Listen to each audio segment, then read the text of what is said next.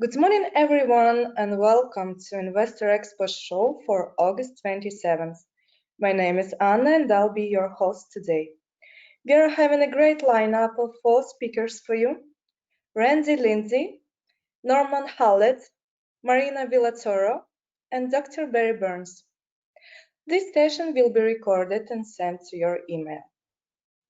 Please take a look at your GoToWebinar control panel. Into the questions box, you will be able to ask any questions you want during the speaker's presentation.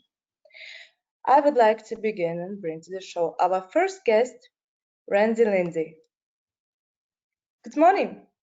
Good morning, Anna. Thank you very much. I appreciate it. It's a pleasure. What are you planning to share with us today? I'm going to talk to you about my favorite reversal signal, and I'm going to teach a little bit on volume and how volume is a leading indicator.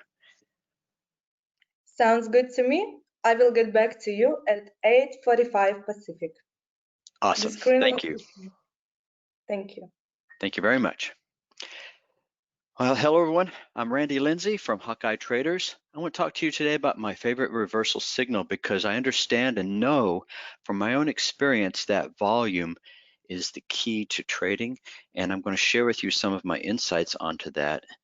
I'm going to give you a very quick disclaimer here that trading with futures, forex, stocks, options, cryptocurrencies, not appropriate for all traders. There's a large amount of profit to be made, but there's also a large amount of risk. So make sure that you understand the risks involved and that you're willing to accept them. Make sure you use common sense when you trade, and don't take trades in a live account until you first consult with a competent financial advisor, and never trade in a live account until you've first proven you can consistently trade in a simulated account with a proven trade plan. Otherwise, you're just gambling and you're wasting your own money. So make sure that you get on board and are in tune with your trading plan. I want to talk to you a little bit about volume. I want to introduce volume to you. Probably all of you use volume in one extent or another, but I don't know if you really understand it or if you know how to couple volume with price action and understand what the stories that it's trying to tell you. So I'm going to show you why volume is so important. I'm going to teach you about the opening price principle. I'm going to go into depth about volume price analysis, which is an extension of volume spread analysis. Of course, you've already heard these terms before, but I'll introduce those to you and teach you a little bit about that. I'm going to give you my favorite reversal signal. Now, this is a strategy that helps you to identify the turns in the market. It helps you to see when the market wants to start changing direction, longer term or shorter term. I'll give you plenty of market examples and live examples on my chart, given that we have enough time. And I'll make a very, very special offer at the end, along with all the Q&A along the way, to help you sweeten the deal, okay? So very quickly, how many of you guys are stock or options traders? Just in your questions pane or the chat, just let me know if you're a stock or options trader. That'll help me to gauge my examples and the questions and the feedback options. Neither. Futures, so I haven't gotten to that yet. Futures traders. Forex traders. Got some both. Yes, Forex. Okay, options, stocks. Okay. Any crypto players out there? Forex, a lot of Forex. Futures and Forex. Okay, awesome. All right, well, I want to talk about the statistics. There's about 80 to 90% of trader accounts are at a deficit right now. If you go through and look at the different markets and the different brokerages, they'll show you, 90% of retail trader accounts are held at deficits. And if you're using traditional trading strategies like MACDs, stochastics, Bollinger Bands, Elliott waves, moving averages, 80 to 90% of those are free. 80 to 90% of the traders use those indicators. So I wonder if there's a correlation between using these traditional trading strategies and the number of traders that are in deficit on the accounts. It's something that makes you step back and think, Well, what I want to tell you about volume is that volume is important because what it does is it helps you to see market intent. It signals the market intent. It signals price movement before it happens. Volume really is the only leading indicator, and by comparison, all of the other indicators are lagging because they're just so far behind where the real market is. Okay, volume is the key.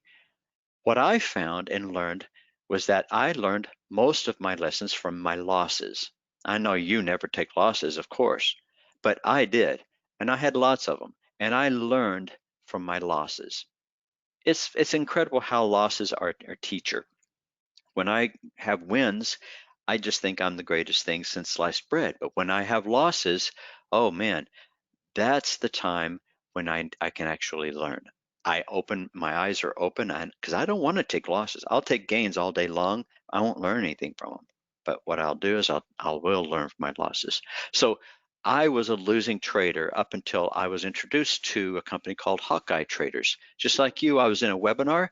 I heard Nigel Hawks teach me the concepts of volume spread analysis and to introduce me to volume and how to trade with volume. So learning how to trade with volume and price together then taught me the secrets of volume. Okay, so I found my missing link. All the years I had of trying to do good or not do good came right back to this one simple thing, that volume was the key.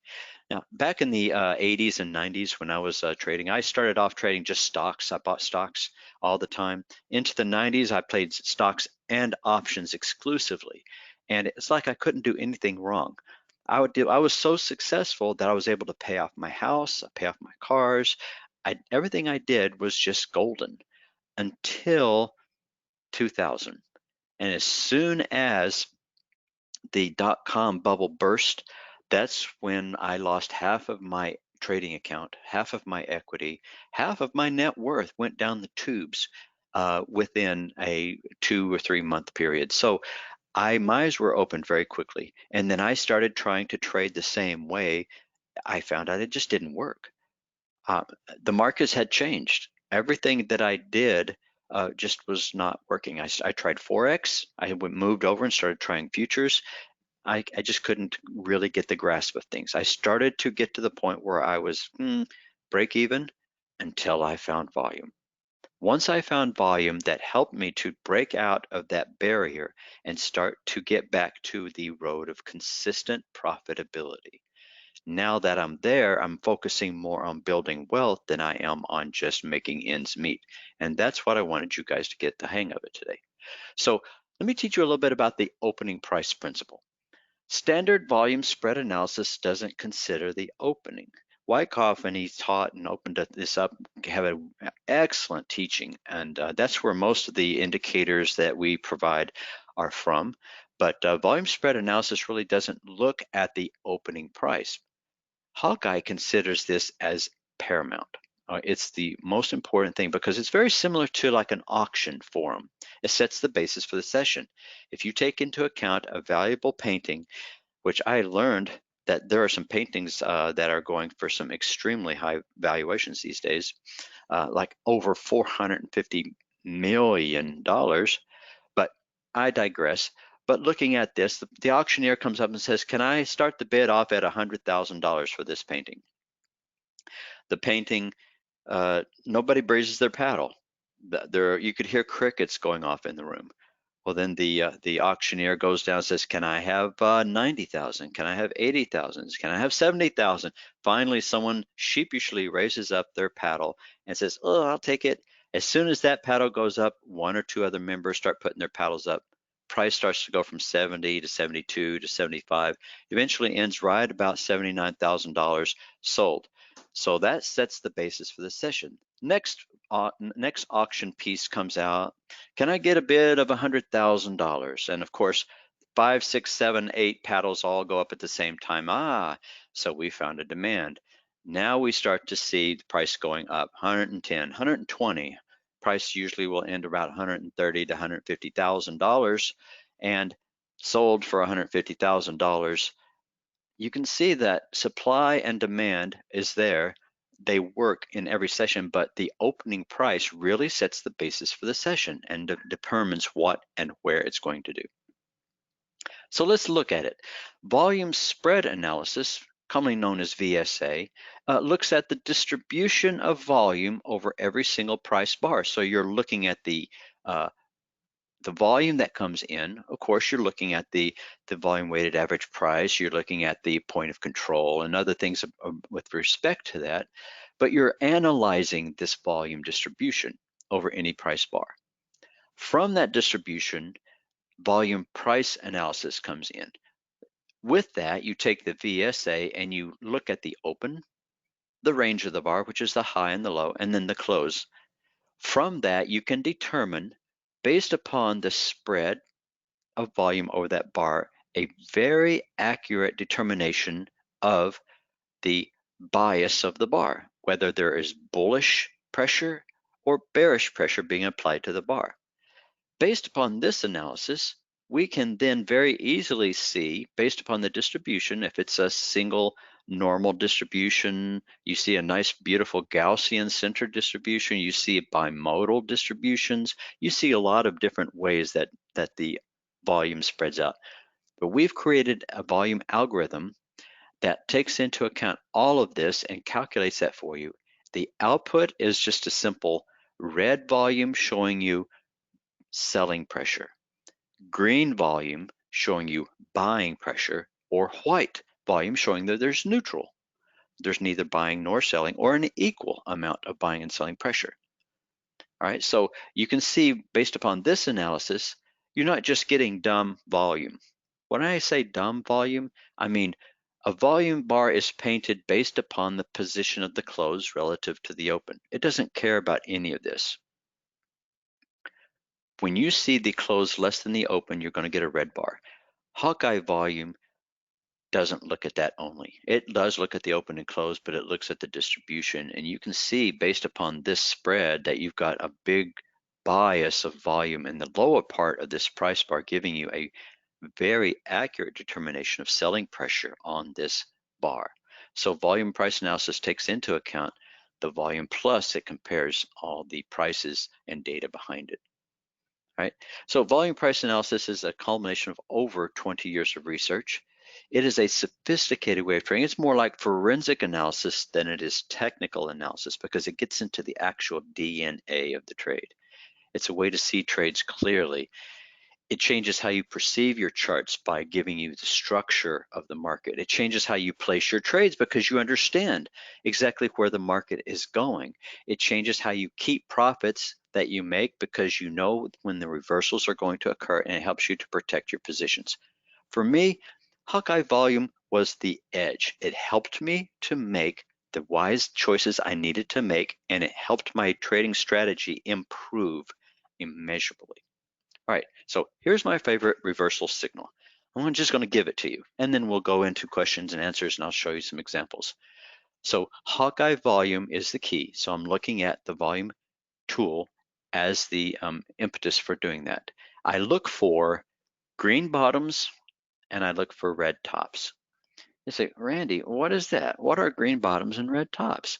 Well, I look for volume to start selling. It's extending. Price goes up into a high and extends, and then you see price extensions with opposing volume. So that would be a red top. New highs with red selling pressure is a reversal. New lows with green buying pressure is a reversal. I'm going to show you these things. Hawkeye volume is unique. You don't see this in almost hardly any other tool out there. So let me show you an example here. This is an S&P 5-minute chart. We're looking at a rise of opening volume. So when you see the opening price, extremely large amount of selling pressure, you can see 1, 2, 3 bars that are coming in with large volume. The first two are heavy selling. So we're looking for this market to start going down. Remember the analogy I gave you earlier? So what happens? The market starts to trade up. From this point, the market starts trading up. It trades up until what? Until we see, my favorite reversal signal. This is a price extension into brand new highs on opposing volume. It changed it red. Notice that the close is less than the open. The price opened in the lower part and then closed even lower. You have a very skewed price bar. This is a signal that the market is above average volume selling into this price. So what does this tell you as a trader? Well, as a retail trader, this tells you the institutions already knew they were going to be going down for the day. So they allowed price to come right back up to the area they wanted you to get to. The price extends into new highs as a false breakout to try to increase liquidity.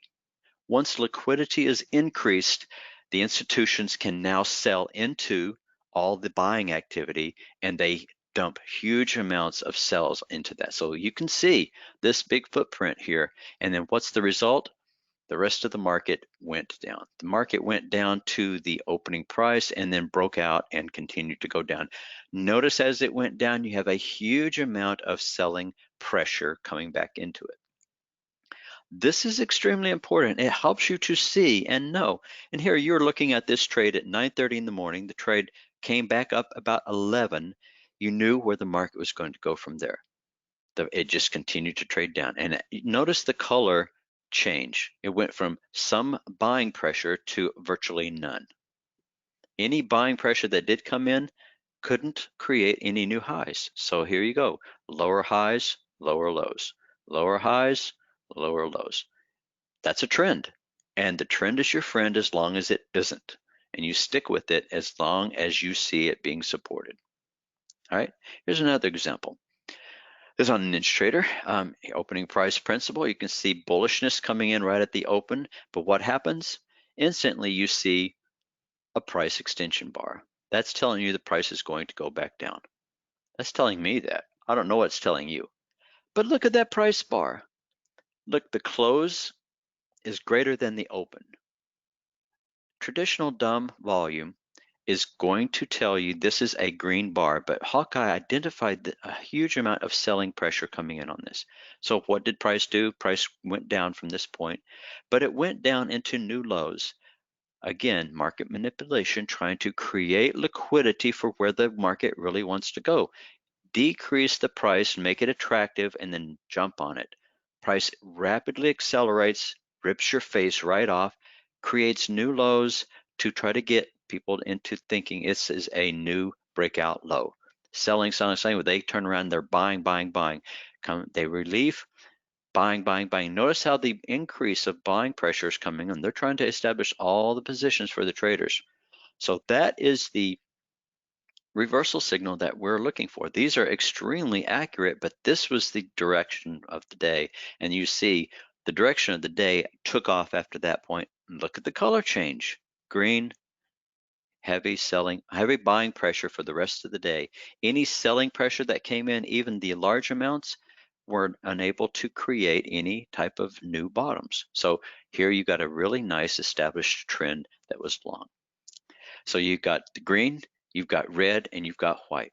The white volume shows you neutral volume.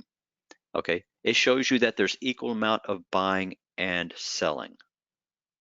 When you see these, that should tell you something. That tells you right here that this sell-off is not being supported by sellers because there's a large amount of buyers coming in.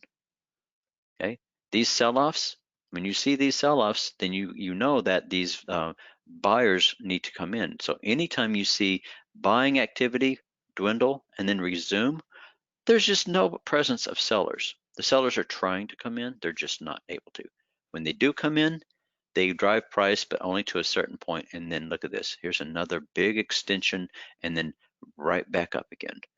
Another pullback, huge engulfing bar, big extension, and then right back up again. You see these all of the time if you know what you're looking for. This is an exhaustion bar. Right at the end of the day, you're always going to see this. All right, so at the end of the day is always going to be signaled by a big exhaustion bar, price trades back up, and then it ended the day on a bullish up note right into 415. And then of course all the volume dries up. But that's what I wanted to show you. These are the things you want to look for, but it's not just on those things. Here's a 60-minute chart of Apple stock. Now, this isn't looking at opening prices or anything because it's spread out over a larger period of time. But what I want to show you is the importance of volume and why you want to look at it. Look at this huge amount of volume coming in on this price bar. This is a breakout, and you're seeing that this is an important price bar. We signal it by painting it with a volume radar, saying that this is an important volume and price relationship. You need to notice this. Okay, so what we do is we trade this trade until it gives us a nice reversal signal from the breakout. The reversal signal is, again, big extension, red volume. This is saying the market wants to go down. What does it do? Of course, it goes down. But where does it go down to? It goes down to another point that says now buyers are finding the price extremely attractive. Look at this big old huge price bar. The only other price bar bigger than this buying price volume bar is the original one. So what can we say about that original bar? It kind of set the basis not only for the direction of this move, but it also gave you a very accurate description of the demand zone. This is where the market makers are saying anytime price comes to this area, we're buying. And so they push price up. Price comes back down from the resistance or the supply, back down into demand, buying. And then the price continues to go back up, rotation greater than the previous high into the new high, so you have a valid uptrend. All right. So from this point, it's incredibly important to see how volume plays the role in identifying that. Notice I just drew a box around that one price bar, showing that range of price was important to the institutions and to the market makers. So that's, if you understand that, you know something that they don't want you to know. And this is the importance of volume. Okay. So let me go in and give you some live examples. If you have any questions from this time being, I can entertain some of those really quickly. I got that one. What are the colored dots on the volume chart? Yeah, these are volume radar. These show you the important bars that you need to look at. Okay, how well does this work on 1 minute charts? It works awesome, just as good on 1 minute as it does on 5, 15, 30, hourly, even daily. Absolutely. So let's take a look at some live examples here. Now I'm looking at the TradeStation platform. Hawkeye tools are available on TradeStation, NinjaTrader, MetaTrader 4, and TradingView. But I want to look at some specific examples, which I'm only going to look at volume. Now, you saw that I have a bunch of other indicators on here. These are the whole suite of tools that we use that are all volume based. Everything that we do is based on volume. But today, I'm only going to show you the aspect from volume, because that's all I'm going to be offering you at the end of the presentation. It's just volume. So we'll be looking at that. This is gold on a 3 minute. As you can see, price trades into a specific trading range. It tries to draw down to a point, and what do we see? We see a price extension, buying volume, telling you the price wants to go up from this point. And what does it do? It goes up to where? It goes up until it sees another price extension on opposing volume. You see the selling volume coming right back in again, telling you that this is a new reversal signal. That's why I call these my favorite reversal signals. I see these. That's not really a trading opportunity because you'll see these coming in every so often, but they're excellent places to identify or gauge the intent of the market. So if I have a strategy that looks for a break of a trend or an engulfing bar that breaks out from previous pivot highs, that gives me then a chance to trade that or to look at it. Maybe you have moving averages, maybe you have MACDs. So if I put in a 3-line moving average and you see the cross of the fast over the other two slow, that's a good signal. So if I already have a indication that's going in that way, it's going to help you to take that signal with a lot more confidence. Or suppose you're putting your MACDs back in. You know, we all know that they're lagging, but if you see a crossover signal that's going to occur after you already see the intent of the market change right here, you've got 1, 2, 3, 4 price bars ahead of time, telling you this is a change in direction. Then if you got the high, here you go again, 1, 2, 3, 4, 5 price bars, even to the cross, whether it's going to change or not. And then you've got the first cross of your moving average here. So these are extremely important indications. I call them red top and green bottom. And that's exactly what I wanted to show you today. Let's look at longer term. Let me pull this up. You got this is the XLK. It's a huge bull run that we've got coming right here. It all started back here when you got the big pullback in 2015, but it's been bullish ever since. Any pullbacks to this point just continued to go back up again. This one was pretty significant in that it drew down from 100 almost to 65, but it very quickly recovered and now is continuing off on brand new highs. But you can see from the weekly that when price got down into this 65 range, what did you see? You saw a huge volume exhaustion bar, little bitty price bar. Okay, that's telling you the market's done going in that direction. Then when you see the buyers stepping in, engulfing not only the previous bar, but that whole bar in less volume, that shows you that you've got an attractive price to these buyers and they're stepping in with both feet. So these are the things I want you to see in the markets.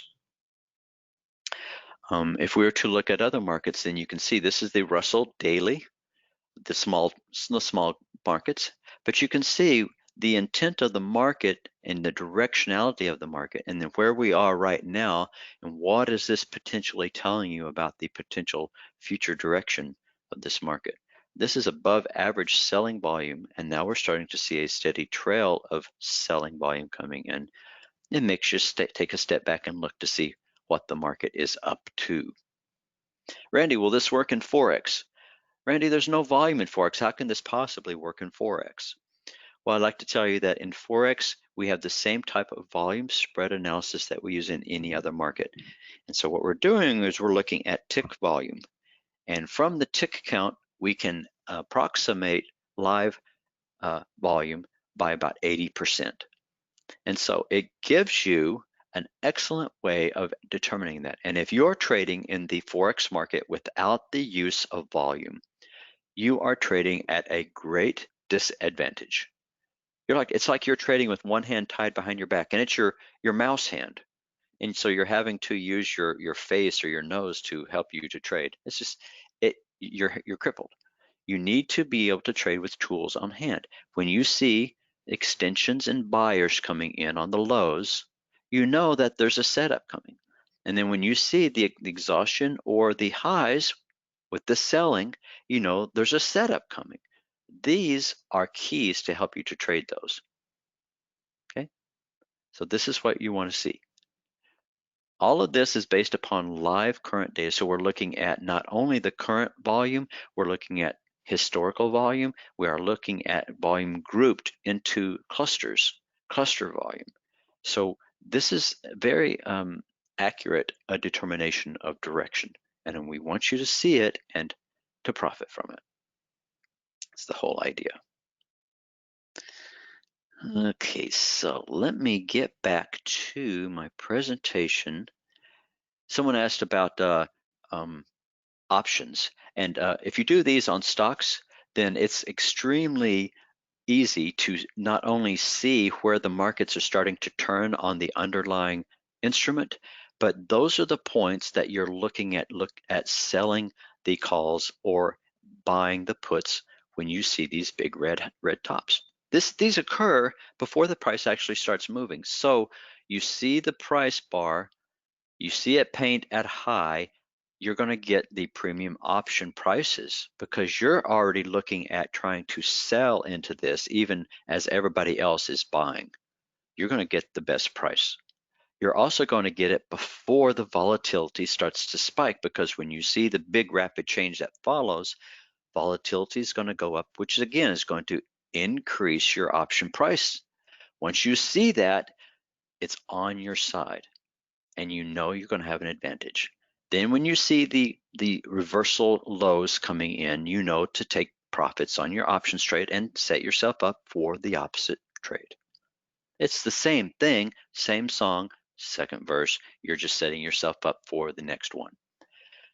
When you do this on multiple time frames, 5 minute, 15 minute, 30 minutes, and you see the same things setting up on all 3 time frames, then you have something that's really happening. It works on longer term as well. My primary trade account is on Thinkorswim, and I trade stocks and options longer term. So I do this all the time. So here's my offer to you today. I'm going to offer you the Hawkeye Volume Starter Package. It's the 5 indicators I've been showing you up till now. It includes the 1 year of access in our Hawkeye members area. It includes our Wednesday members only training. We've gotten rid of the Thursday training, and we've used to be once a month, but now we've coupled it into a Wednesday every single week of coaching and members focused training. You get access to our Hawkeye Inner Circle, which is our Skype chat room. And you also get a bonus 2-hour on-demand video training course on volume. And now this is using Hawkeye Volume with any of your other trading methods, the MACDs, the Bollinger Bands, the moving averages, stochastics, whatever. I go through 2 hours of teaching you on this. And not only is it one, but I have 5 different 2-hour videos that I've recorded over several different times that give you different nuances that you might be interested in doing this. So this is what you can. It's normally valued at $497 a year. Now this is a normal subscription price for the indicator. Today, $97, one-time fee, one-time cost, no subscription. The link is hawkeyetraders.com/WED. WED. That'll take you to a page. Click the link. You'll get started with your subscription right away. $97 one-time fee. There's no other cost. So you get not only the $497 a year cost waived, you get it right now, $97. That's an unheard of offer. But what does it include? The 5 indicators are the Hawkeye Volume Paint Bar, Hawkeye Volume Radar, Hawkeye Pivots, and the Wide Bar. Randy, what are those? All right, well, let me show you real quick. The Hawkeye Volume are the tools that I show you here. That's the regular bars that you see as volume. Green is buying pressure, red is selling pressure, white is neutral. Volume Radar are the dots that you see painted on these significant volume bars. That helps you to see. These are the ones we want to point you out. Blue is ultra low volume. That's important. Yellow is very high volume. Red, see, I don't have any red ones here, is ultra high volume. Those are important things that I want to show you. So that's volume radar. Now you see the price bars are colored the same color as the volume. Now if I were to turn these off, I'll show you that, see, they change back to white. So I'm coloring the bar the same color as the volume. And that is significant. And that's where I really saw a real breakthrough, because I started to visualize and see the relationship between volume and price. So these tools don't only work on TradeStation, but they work on NinjaTrader, MetaTrader 4, and TradingView. They do not work on Thinkorswim, because Thinkorswim, all the indicators on Thinkorswim are open source. So if I started to publish the indicators on Thinkorswim, then I'd be giving away the secret sauce and nobody would end up buying them anymore. So we don't publish on Thinkorswim. But if you are trading on NinjaTrader, you can do your analysis on NinjaTrader and still trade your Thinkorswim account directly. Or you can do your analysis on any other platform for that matter, but still trade on your Thinkorswim account. And that's what I do.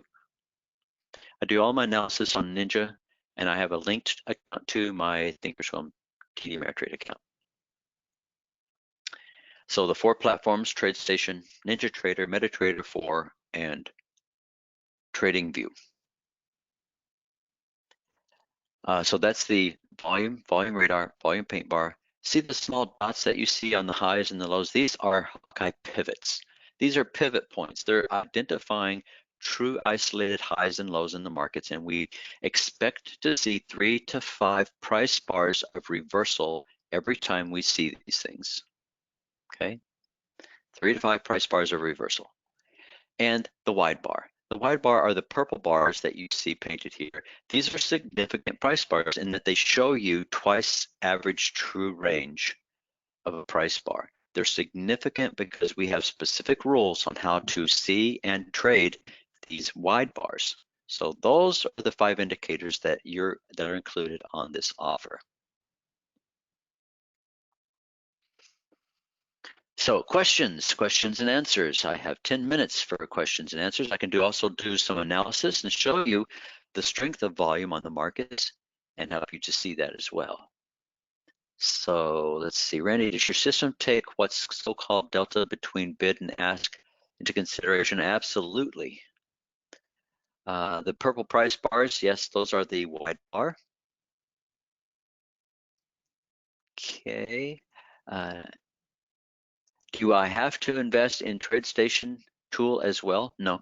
Like I said, if you use TradeStation, then you can use NinjaTrader, MetaTrader 4, or TradingView, any of the 4. If you don't have any of those, then one of them it would be required if you want to run Hawkeye. Not MetaStock, MetaTrader 4. So, and you would have to install the software onto your MetaTrader 4 platform.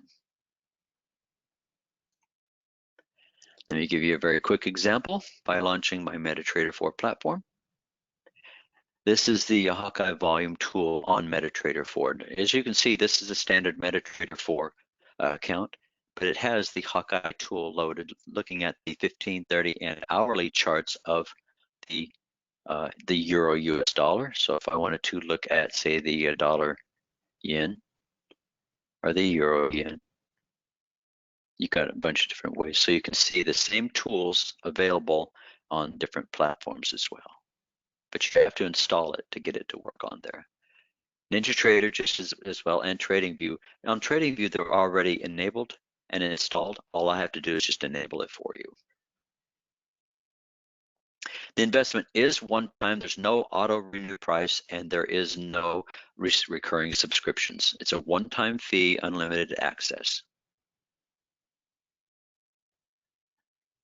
Yep, that's exactly right. You don't have to. It doesn't go away after a year.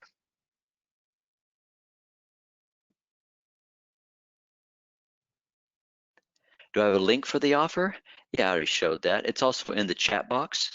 If you look over in the chat area, you'll find it there. But here's the link for the offer is hawkeyetraders.com/WED.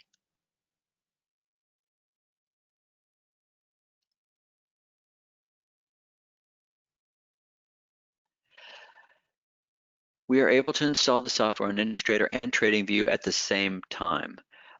Yes, you can, but you'll need to have a separate license. If you're running them at the same time, you need to have another license. So buy 2 of them.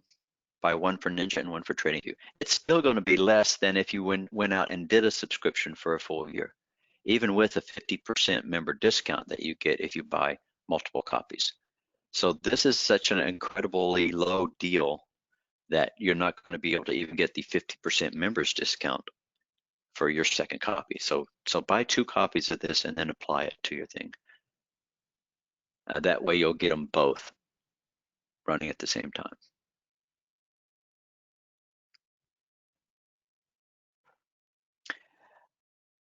You're very welcome. You can even scalp with it, absolutely. You can even use tick charts. That's my favorite actually. When I'm looking at the futures markets, then let me show you some of the futures charts over the morning trades. These are a lot of the other indicators that we have, but let's try to just look only at the volume right now, because the idea is to look at what volume is trying to tell us. So trading with tick, you can see with tick charts the opening range. You can see that the opening range is supported. It breaks out with a huge amount of buying pressure coming in. When you see the buying pressure ending and you see the selling pressure starting to come in, where does the price go? Now, you don't see the peaks You see some of the values. Now you're not going to get them on every single bar, but you do get them very reliably to show you the future intent of where the price is going. Okay, so you normally wouldn't see those, but you can trade it on tick charts, on time charts, on Wrangle bars. Volume works on any of the setups that you can see and what you're looking for. This is gold looking up this morning. 3-minute gold, you can see buying up into the morning market. If you knew that gold was going to be going up at 8:42 this morning, and then when it gave you a signal, an indication that the trend had changed, would you have bought into that?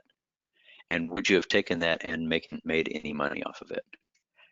I venture to say that with a 3-to-1, a 5-to-1, or even a 7-to-1 reward risk ratio, you would have definitely made some money off of that. Then if you saw the trend starting to reverse and you see it start to come back in, would you have taken a signal to try to profit off of that? Absolutely. If you're looking at the gold contract, then at this point you're getting over 20 points of profit. That's $2,000 per contract, just on one level, even if you're trading 1-to-1. Very easy to use, very easy to see and to apply. Does it work on a 1 minute? Well, let me put this down to a 1-minute chart just to show you what we're looking at. And so you can see 1-minute charts. It wasn't as clear to see. That's why we used multiple time frames. It wasn't as clear to see that this was a reversal point, but that we saw off of a 3-minute chart. But it definitely gave you the trend, and it definitely gave you the surge of volume coming in. And it gave you the reversal on the 1 minute on the bottom. So this is telling you this big huge spikes are telling you the exhaustion was there, and then the institutions were stepping right back in to buy gold back up into this morning.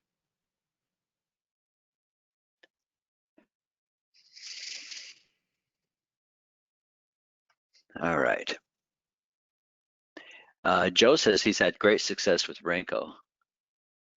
And this is great work that you've done. Thank you. You're very, very welcome. Appreciate that. Where do you change the time increment? You can do it at any time. So you can change this from a 1 minute to a 3-minute or any other time frame that you want. So set up. I like 3, 6, and 12. It's a little bit off the beaten path, and it gives me some really great numbers and results.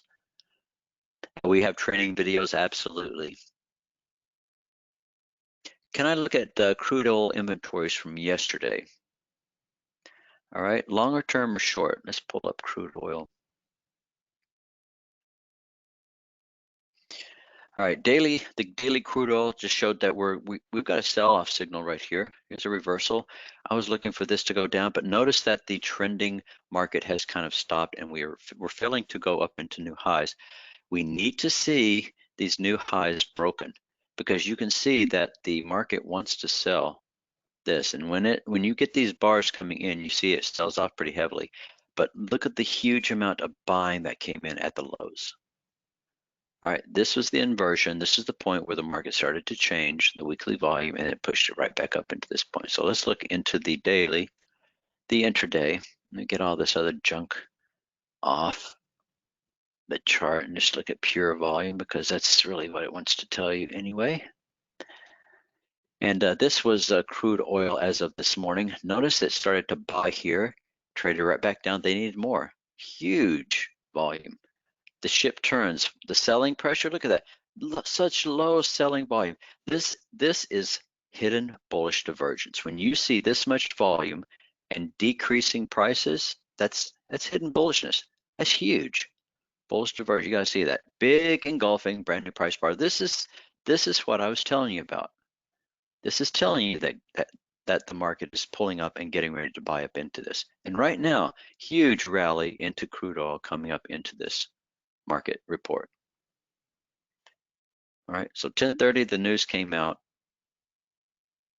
It was bullish, but price traded back down until the institutions got the prices they wanted, and then they bought right back up into it. All right, this is it's there for the asking, but you have to know what to do with it.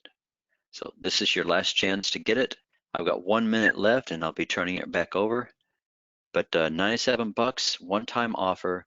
hawkeyetraders.com/WED. If you have any questions or comments, you can always contact us on our website, hawkeyetraders.com, or contact us through team1@hawkeyetraders.com. Thank you so much, Randy. Great presentation. You're very welcome, Anna. Appreciate you inviting me. Pleasure.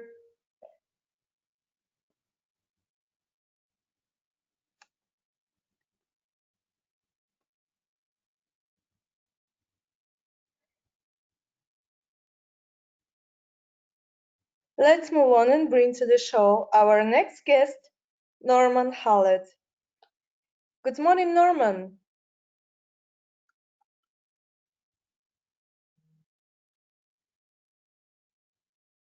Unmute myself. And not anymore. I'm not okay. I'm not muted. Great. Thanks again. Thanks for having me again today. That was a great presentation by Randy. And after me, you're going to see Marina, who is the scalping queen. But I am again. Thank you, Anna. And do I want to check where I have my questions? Because I'm going to ask. I guess the questions is where I'll get. Somebody said exact is spelled wrong. I guess that was the last guy. Thank you, Anna, for having me. Thank you, everybody, for being here. That's a picture of me when I used to wear suits. And I was on stage. I did a lot of stage presentations for Traders Expo. Today, we're going to talk about a particular simple trading plan that I've developed that I've been really using almost exclusively for the last 18 months. I'm going to show it to you enough to probably make you dangerous. And then I'm going to make you an offer. Well, I'm going to make you the offer up front so we don't have to deal with it. You can write a few things down. And then I'm going to go chart after chart after chart and just show you the simple trading plan. Now, this may shock a number of you that have ever seen me present, because I generally do not present about trading plans or trading at all. 95% of my past presentations have been around my expertise in the mental and emotional issues of traders, because I believe, and I think that most of you would agree, especially if you've been through several trading plans and several blown out accounts, that it's the mental and emotional issues that get in the way of a good or great trading plan to make sure that you lose instead of win. And so I've always concentrated my efforts on helping traders to stick to their trading plan. So why am I talking about a trading plan today? Because what can help you almost more than anything else is having a simple trading plan. The simpler the trading plan is, the more you'll be able to follow it without making bonehead mistakes that cause the large drawdowns that not only hurt your pride, but hurts your bottom line, and all of a sudden you feel successful when you get close to break even again in your account, just in time to make another mistake, causing the market to your account to go down. So I've written several books on building and managing trading plans, and I am here today to present what I believe is the latest and greatest one that really only has two indicators to look at. And I think you're going to, when you see it, you're going to say, how can it be this simple? And then I'm going to urge you to try the trading plan under the 60-day money-back guarantee, asking no questions. And I think you're going to like what you see. Okay. So if you haven't read it while I've been talking to you, I've been trading since actually 1979.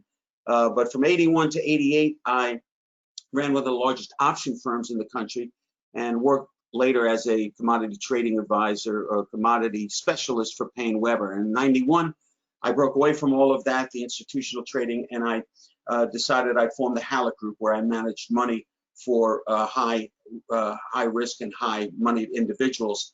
I currently own the Disciplined Trader, which I found almost 20 years ago. And again, I focus on helping traders with the too often neglected areas of mental and emotional control and building simple trading plans. So you probably know me because of my 4-minute drill for traders, which has done over 1 million. I've done over 200 4-minute drill for traders. So at any time, go ahead and Google 4-minute drill for traders. a lot of my partners are using that content to inspire their traders. It's about getting you to 4-minute shot right between the eyes and on every topic that you can think of as a trader. Okay, so but I want to show you today what I call the loaded gun trading plan, and I want to first tell you that that normally this is a $497 program. Actually, it's $697, but I'm running a special at $497. For you, I'm giving you another $100 off if you use this coupon right here. So write this down, 100 STP. 100 stands for Simple Trading Plan. 100, you're getting $100 off STP. So write that coupon code down, and that's where you're going to put it. Because this is the sales page for the Simple Trading Plan Loaded Gun.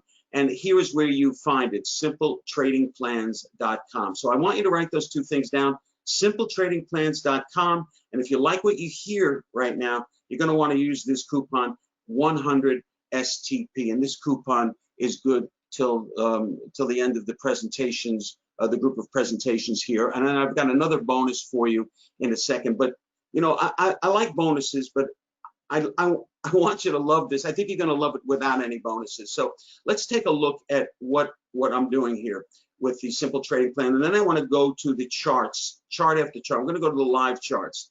Okay, here's why this Loaded Gun Simple Trading Plan works. Okay, it only has 2 entry conditions to meet your opportunity. So it's going to show up frequently. You're going to be able to trade often with this, more often than a lot of, I believe in having frequent signals, because I think if you do the math in a trading plan, you're going to have winners and losers. And over time, if you can, if you have a good trading plan, you're going to win. The wins will overcome the losses, and so it's a matter of really getting as many trades as you can in order to have the account grow as much as you can. So simple trading plans, by definition, are trading plans that are there to give you signals, and not only just signals that are B signals, but signals that work. And I'm going to show you that in a second. It's got a clear exit strategy. So many trading plans where traders fail and where the mistakes are made are not necessarily the entry, but in the exit. So this gives you a clear exit strategy and then some nuances that fit you as an individual. See, I believe that trading plans need to fit you as an individual. And in order to do that, you need some options. Once you decide on the kinds of options, not trading options, but choices that you have in adjusting the trading plan, and I don't mean adding indicators, I'm talking about how you manage risk and so on, what kind of risk you're willing to take, what risk reward you're looking for. Once you decide on that, you have a solid trading plan and a clear exit plan. I'm going to show you the simple bare bones that you can use in general and how you can use some of the nuances to fit you as an individual. Okay, so a simple trading plan focuses on keeping loss potential small so that big gut-wrenching losses are a thing of the past. And this is important because this is the area that kills traders, the big losses. We're now coaching 27 traders one-on-one in our private coaching program, a laser coaching program. And I can tell you the overwhelming problem with traders is that they do well when they follow their trading plan, then maybe they get a little cocky, maybe they get a little loose, whatever it is. And it's several different reasons, usually involving the ego. They put in a trade that they shouldn't, and then boom, they lose all that profit and more back, and it makes them ask questions, is this really for me or not, and so on. So you need to keep a positive intention and a positive expectation when you trade, and you need to stop right now, the gut-wrenching losses. So built into this trading plan is the stop for gut-wrenching losses. So by using the simple trading plan, you're going to be able to eliminate the big losses. And by using the trading plan, you'll be able to keep any losses that you do have small, because you'll have losses in this and they'll be small. And then you'll allow big runs to run. And that's what I really like about it. And those are the main, there's a number of different things here, but I want to get to the charts. But first I want to ask you, because this trading plan works not only on futures and shares, stocks, it also works on Forex, and you can utilize it to work with options. And I want to analyze maybe a couple of stocks. I've got some commodities that I'm going to do. I'm basically a commodity trader. But if you've got any stocks that you'd like me to take a look at, give me the symbol, and I'm going to show it to you in this trading plan and show you how it works. I want to do that now so I don't get interrupted. So anybody have any stock symbols that they want to share with me? I see one right there. Yes, there is a recording of this. GDX, I'm writing some of these down. I may not be able to get to all of these, but I think that you'll be able to take a look at your own stock. I see Apple, I see INTC. Okay, all right, and I'll look for some common ones, but right now let's go ahead and take a look at some live charts. Okay. But before we do, I do want to show you one thing, and that is the signal. I tell you there are two basic, there are two elements to getting into a trade, and I want to show you the first element. This is the first element. This is a combination, of course, candlestick combination, where the green, if you're unfamiliar with candles, it means the close, which is the top of this body, is above the open, which is the bottom of the body. So the body is the open and the close, and then you have extraneous trades in this period. If it's a 10-minute chart or a daily chart, within that day, say the market traded here in this price range, but it opened here and closes here. When you see a red, bar, it's the opposite. The market opened here and closed here, so it had a down day. So green up, red down, pretty simple, okay? Now, what I'm looking at here is somewhat of an indecision. When you see a small body like this, you're seeing indecision. The perfect first candle would be a doji. The second is a short spinner. This is about the maximum body size that I like to see, because in this simple trading plan, you're looking at a indecision followed by a decision with teeth. So if you see a simple trading plan, I'm sorry, if you see a doji or in this case, a spinner like this, small body, followed by a movement, doesn't matter the color or the direction in the first body, but if you see this move lower like this is a signal to get short. And it's when this extended bar crosses a moving average, which I'm going to show you in a second, which is the second of the two indicators that you're using exclusively to trigger you into a trade. Okay, I'm not looking at volume, I'm not looking at pivot points, I'm not looking at anything but this particular formation. Indecision followed by a decision of direction. Okay, that's the first one. The second one, of course, is the positive version of it, where you have, this is closer to a doji. A doji would be where the open and close are the same price, so it would literally just be a line. This looks like it had a tick on the downside between the open and the close, but again, an indecisive period of time followed by a dramatic move in comparison to that, initiating a new direction according to the simple trading plan. Okay, so that is right there, and that's what I wanted to show you from the standpoint. And we're going to take a look at just this particular formation in a series of charts. Okay, couldn't be much simpler. So let's go. I also use TradeStation, but of course this works. This, as long as your charting system can deal with the candlesticks, you can use this trading plan. Okay, so let's take a look at some markets. I'm going to take a look at, let's go with gold. I think it's been a big market right now.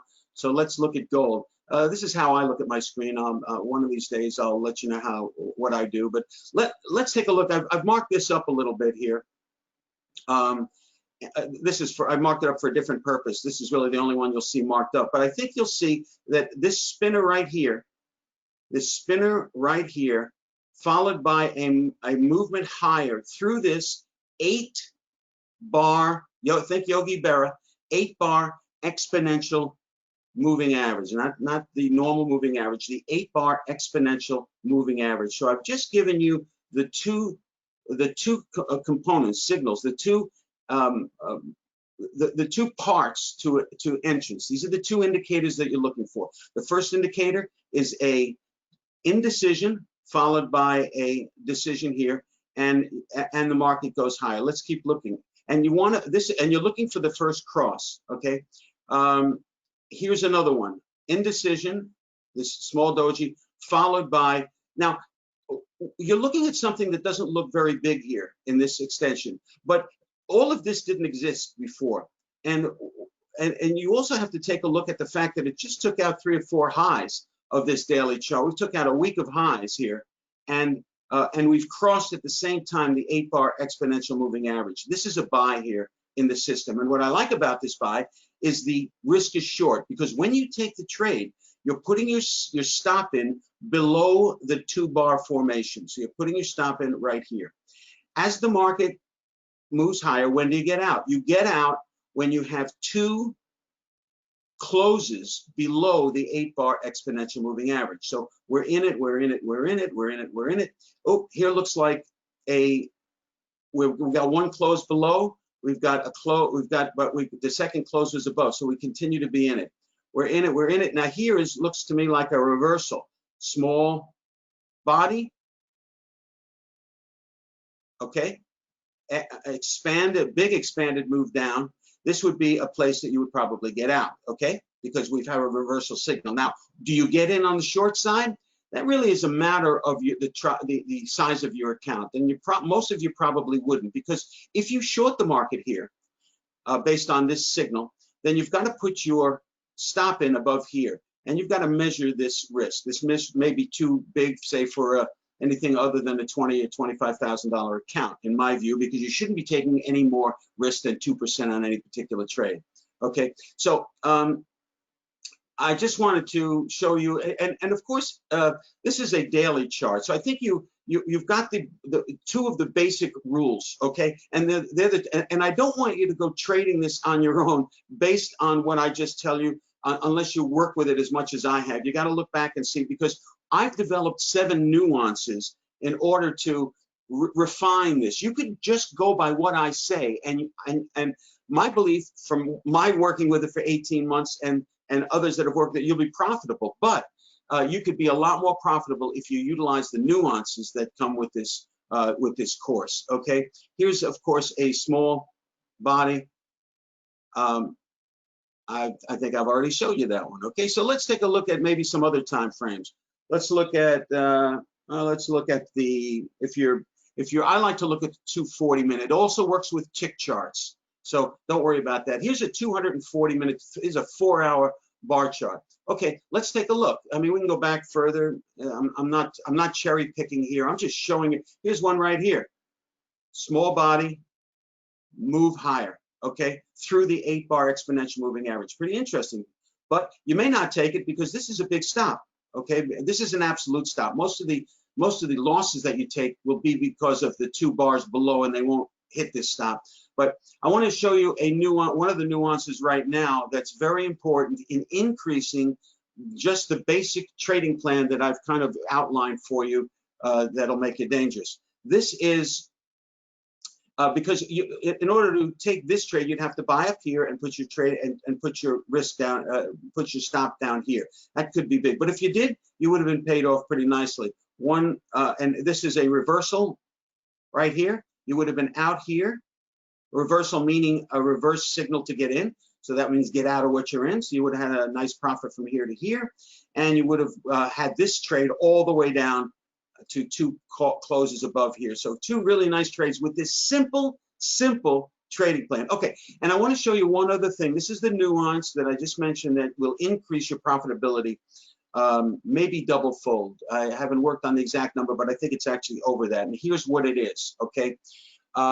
When you take on a position, take at least 2. In other words, if you're buying gold and you have a $20,000 or $30,000 account, you may be able to take 2 full gold positions. But there's a mini gold position that you can take that's 1/10 the size of this. So you can take 2 or 4 gold positions, 2 mini gold positions, which would be 40% of so a smaller account could take it. You could even take 2 two 1/10 positions if you have a $10,000 account or even a $5,000 account, and buy two right here. And here is the nuance.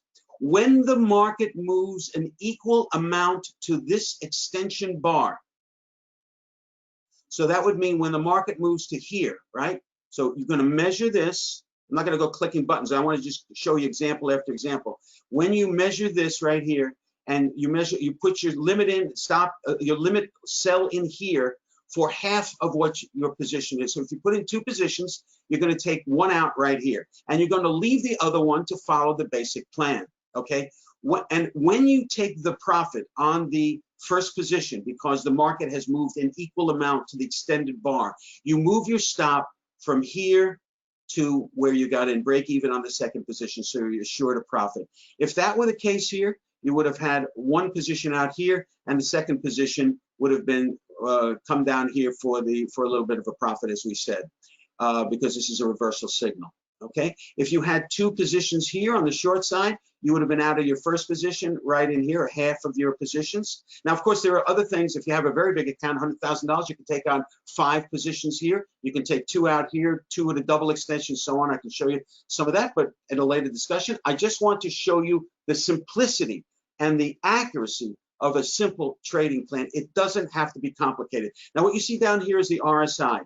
I look at the RSI to give me examples of when I look to watch for a trade to happen. Okay, so this would have been a nice signal. Here's another, and you see this right here. This happened on still on the good side of the 8-bar exponential moving average, and I can show you when and where to take that. But if you did, it would be good. Here's another. Now here's a kind of an interesting trade, which happens a lot of the time. And listen, 1 out of 10 times you'll get this, or 8 times you'll get this move, and that's what you live for, right? But the other trades, ones that don't quite work out with the big explosions, you want to make money in those too. So here's a example of a trade that you would be long in. Here's an extension. This is a doji or spinner, and it's followed by a nice extension. So I'm taking out all these highs, which is something I also look for. And I measure the length of this bar. I put it in. I put my limit sell in here. Okay, and it looks like I would have gotten, if I didn't get out here, I would have gotten out in here.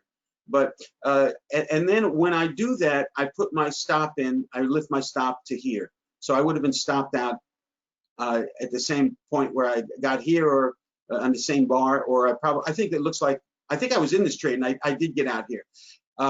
So this was high enough. This was double the body. And in here you would have gotten out right here on moving the stop up from here to here. Okay, so it didn't really work out for you, but you made money. You got out of one, which is you're going to wind up seeing that when you look back at your monthly statements, these small gains that you take with the extended bar exits, this is really going to result in half to more of your profits. Okay, so I'm going to say to you, it's part of a nuance that many of you would probably want to put in, and I would give you detail on exactly how to do that. Let's look at some other things. Okay, let's look at some other markets. Let's look at, this is one that you can see I'm in corn, and I want to show you why I'm in corn.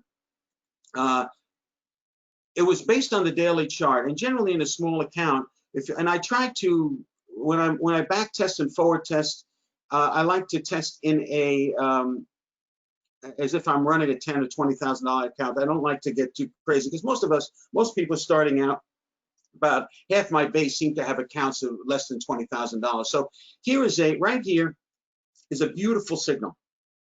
I mean, look at this. You came down, you had a nice signal here, and here would be an entrance point on the daily chart. And I like it. Generally, small accounts don't trade with the daily chart, but this is not a big, you're putting your stop down here, and that's not a big risk. You're looking for from the high to the low is 7 cents. So that's $350 in a unit, okay?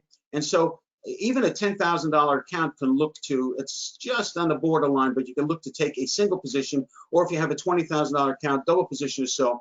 And you can have the mini accounts and do this with much smaller accounts. But look at here, boom, you've got another extension. You had a backfill And I show you how to get into markets, because sometimes you'll take a look at this and you're already on this day over here, and boy, I wish I took this signal.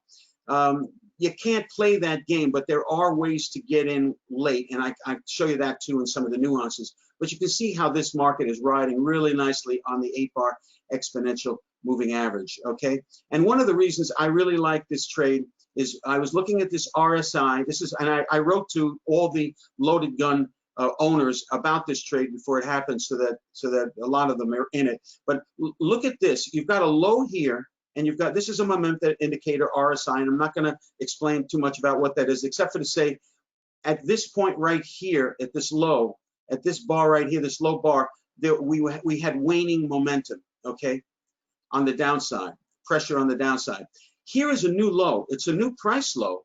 However, we have a higher RSI reading.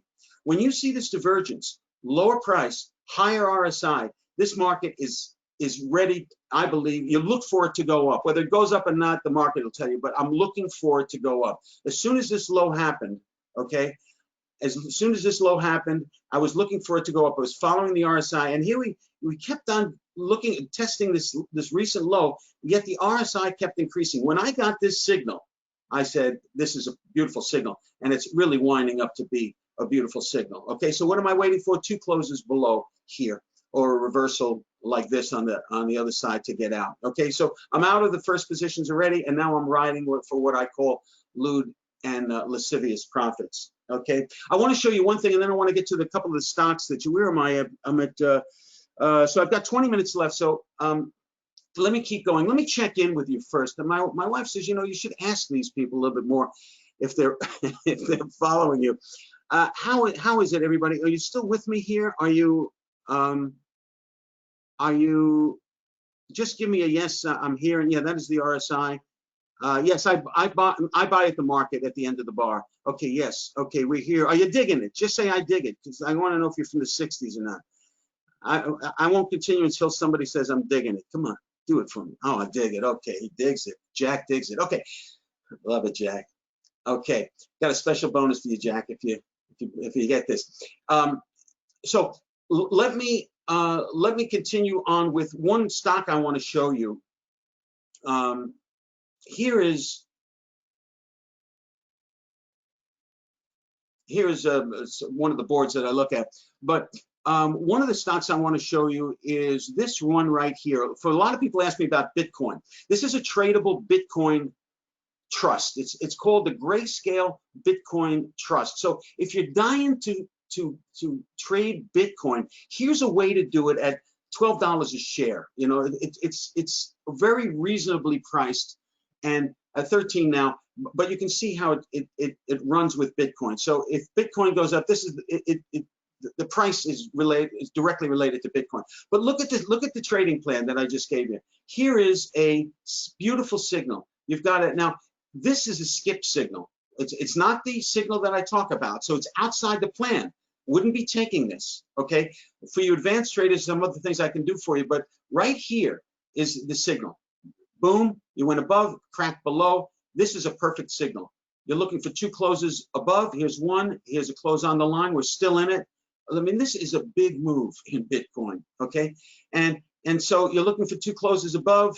Now, some of you, I show you, I mean, when you have this kind of a profit, you need to possibly scale out if you have multiple positions. I mean, why you put some in your pocket along the way. Of course, you're putting the first one in your pocket with the extension of this, because that's a safety, a money management, because the small amounts that you'll grab here will offset to a large extent the losses that you take when you take a loss, which is small. Remember, this is designed not to take a loss that is big. Okay, here is an interesting one where you have a doji with it, or a spinner with this. This is a signal of which you would not have gotten out. You would have gotten out here, and you would have taken a small loss from here to here. Okay. No system gives all winners. Here's a signal, nice right here. This is a skipper. You see where it opens. See, the fact is, when you deal with a daily chart, the problem is that you have opens and closes, so you're going to get gaps. So we handle it a little bit different if you're trading on the day. But if you trade, let's see the 240. I haven't even looked at this. I'm just giving this to you here. Let me see if I 240.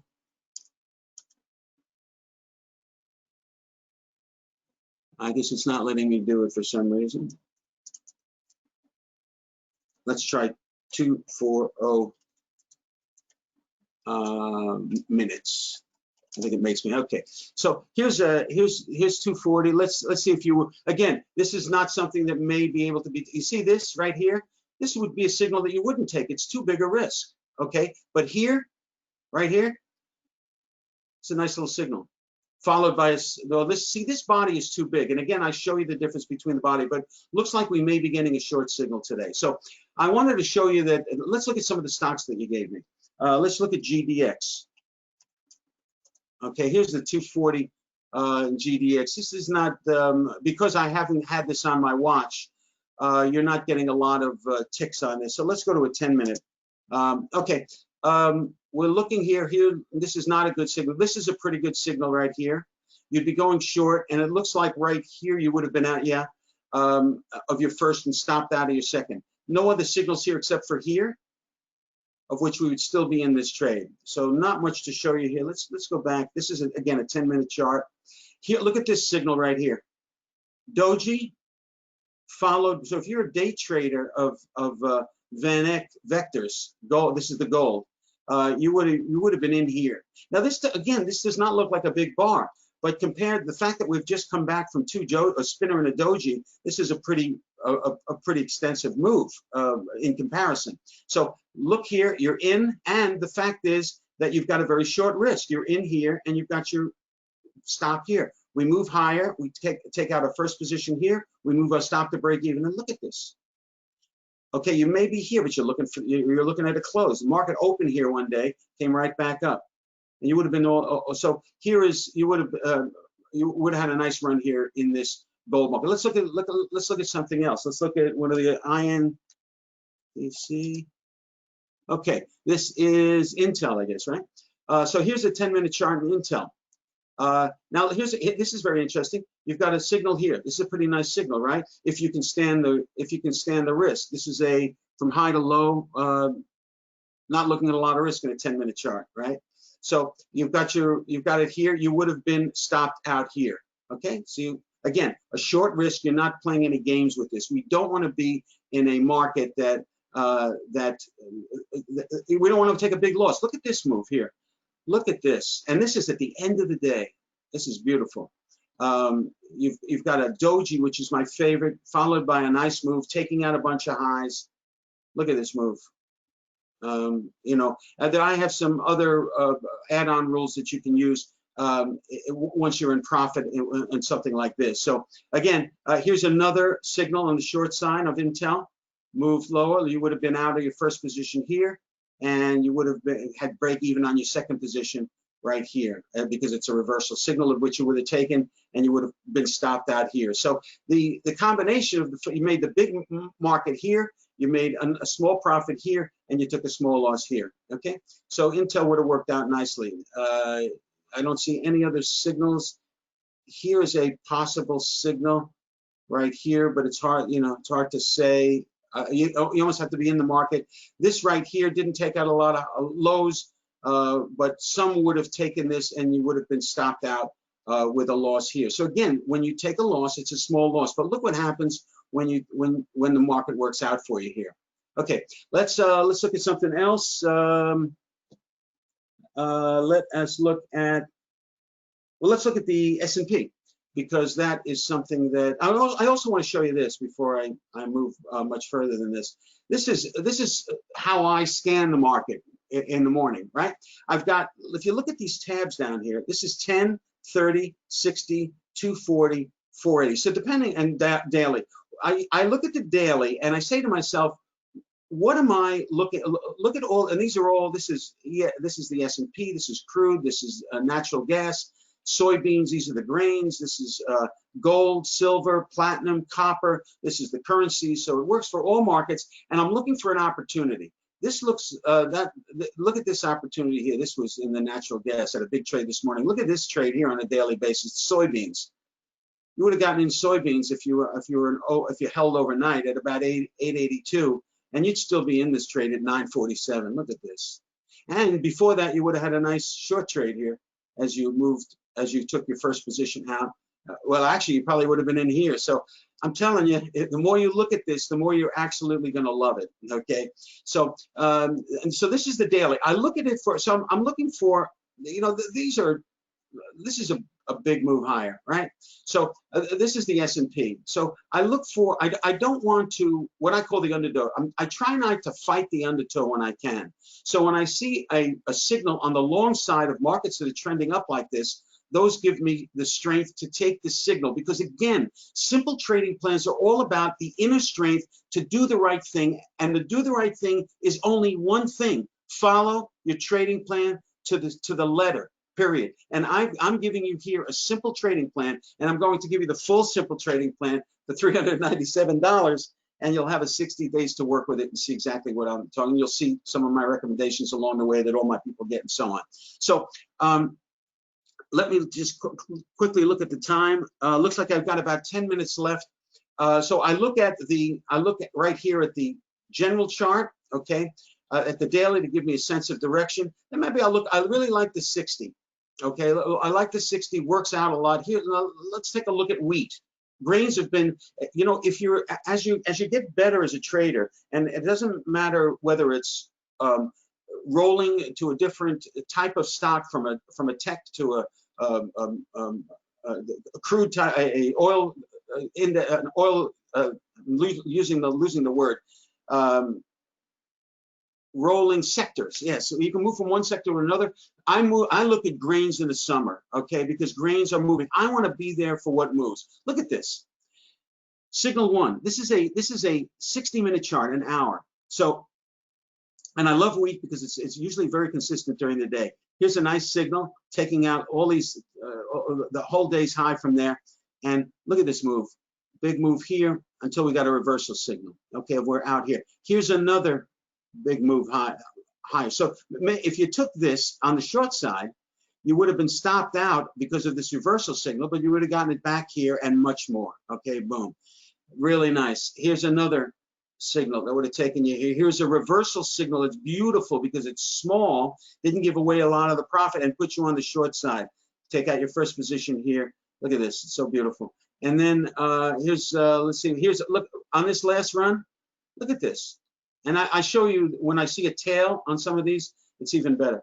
So you got two tails on the wrong side of the movement, which leaves a lot of these traders abandoned. But again, I don't care about my opinion of things. I want to look at the system. And the system tells me watch for indecision followed by decision, ride it up, take the first of two positions or half of your positions, however many you have, whatever you have, take half at the equal of this extension, which would have been a short profit, and then you would have been riding this, and you'd still be in this market. You'd be in it from 532 to 550. So I'm saying to you that I like to be in the markets that are strong and that I know are going to be moving.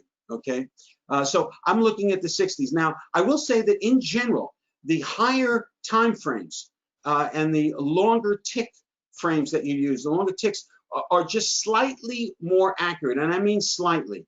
But the big winning compared to the losing comes in the smaller. In other words, when you trade off the 10-minute charts, let's look at crude, because here's the 10-minute crude chart.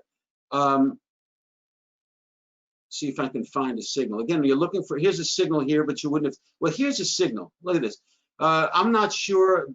I probably wouldn't have taken the signal, okay, to be honest with you, because this body is too big and this high didn't take, it's still in accumulation, so wouldn't have been here. But this one is certainly a signal. Even though this body is about the maximum I like to see on indecision, the fact that it's followed by something dramatic. So you had a nice move here followed by, this is not a signal. This is a signal, but again, this movement is too big for most accounts for a stop. Here's a nice signal, okay, which you may or may not have made money here. Here's another signal where you made money on the short side here on your first position, equal to this. And then, so I'm showing you something that gives you, here's another signal here that again, when you take this position out, you're short here, you measure the body, and you get out of your first position of equal body, you would have been out here, and you move your stop from here to here, you would have been stopped out here, okay? So now here's another signal, but you'd have to have a big account to do that. Or you would have to take, there's a half contract in the crude oil that would make a lot of account fits, and there's really nice volume in the smaller account, okay? So here's a nice signal here. So you've got, you know, the shorter time frames can give you nice signals with very short risk. And sometimes you can look at this right here. Here's a natural gas has seemed to be working very well lately too. Look at this signal. Here's a signal in natural gas. You would have been riding this up. One close below. This one's on the line. This one's above. One close below. Second close below. Now there is a nuance that I can't explain right now. It's a simple explanation, but I can't get into it. That would have kept you in this trade. If and even if you didn't, you had a small profit. But if you use the nuance, you would have ridden this thing all the way up from 260, all the way up here, 252, I guess, all the way up here until you got the reversal here.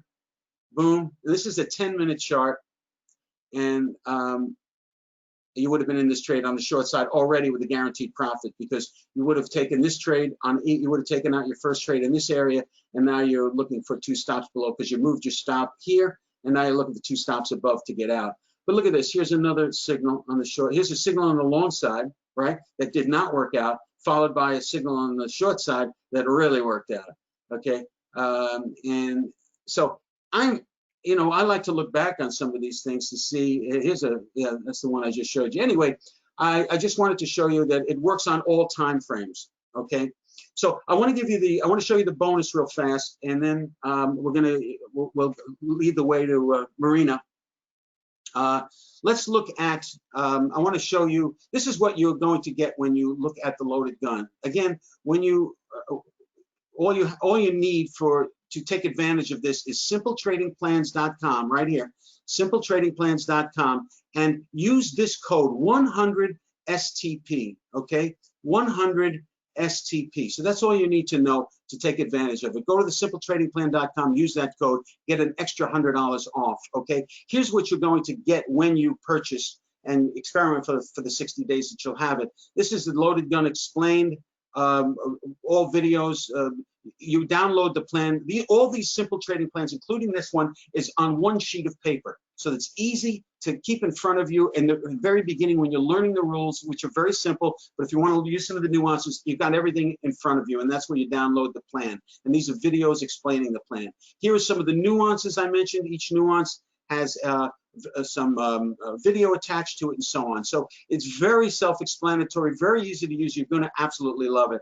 And this is the bonus I want to give you. It's for those people that that commit to this before this extravaganza that we're having today is over. The price will remain till the end of tonight at midnight. I've set the discount code of 100 STP for tonight at midnight. But if you act while we're still doing the Maria show here, or the Ann show, I want to, Marina follows me, it's Ann's show. But I want to give you the Mastery Minutes for Traders. This is, again, I'm into the mental and emotional. These are 60-minute shots between your eyes that on specific topics. Pull the trigger without hesitation. If you spent yesterday's trading thinking, well, maybe, you know, I didn't pull the trigger very quickly and I missed a trade, or I hesitated, but thank God I'm kind of getting weak in that area. Listen to this 60-minute audio. They're audios, and it tells you the importance of pulling the trigger without hesitation as a professional trader. You're either in this or out of it. I'm starting to get into the mode right now of my Mastery Minutes for Traders, but I'm saying to you that there are 25 of these Mastery Minutes for Traders covering trading without fear. Stick to the A trades. You know, a lot of you, when you make a few good trades, you start to, you know, let that small body in this simple trading plan. You need a very small body followed by an extended move. Sometimes you let that body get a little bit too thick, where the difference between indecision and decision is not really what you want. And so you don't want to do that. And so you start taking B trades. You let it happen, and you say to yourself, hold it, I'm off the system. I need to stick to the A trades. So the next morning or in the middle of the day, throw on 60 minutes of me telling you right now that you're either sticking to the A trades or you're bound to fail. Because why do anything but follow the trading plan that you know works? Because you know that in the long term, it's going to work for you. So you need to stick to the 8, and you won't have me there to do it, but you do when you have this bonus, okay? Some people buy this for this bonus, okay? So you're getting this bonus if within the next couple of hours, I guess it's by 2 o'clock Eastern or 2:30, whenever all these presentations end. I want you to have this bonus. The quicker the better. And I got another special one if you do it right now. But in any event, I want to make sure that you have patience becomes me. Oh my God, you need patience. This is what people, our private coaching and all the coaching that I've done over the year, it's patience. That lack of patience turned into the patience of a saint, that helps your bottom line more than any individual fix that you can have. So I want to give you the simple trading plans. Again, go to simpletradingplans.com, get the extra $100 off by using 100 STP. So it's not going to be $497 to you. It'll be $397. And it's a one-time thing, and that's it. You'll get all my updates and so on, and you get my personal guarantee. Okay, I think that's about it. And you got Marina coming. Do not miss Marina, because not only is she a strong presenter, but she's got a lot of value. So thank you very much, Anna, for having me. Thank you so much, Norman. Great presentations as usual. Thank you. Let's move on and bring to the show our next guest, Marina Villatoro. Hi, everybody. Hi. Hi, Anna. How is everything? How are you? Can you hear me? Good. Okay, yeah. Good. Awesome. Hi, everybody. All right, let me just set myself up really quickly here.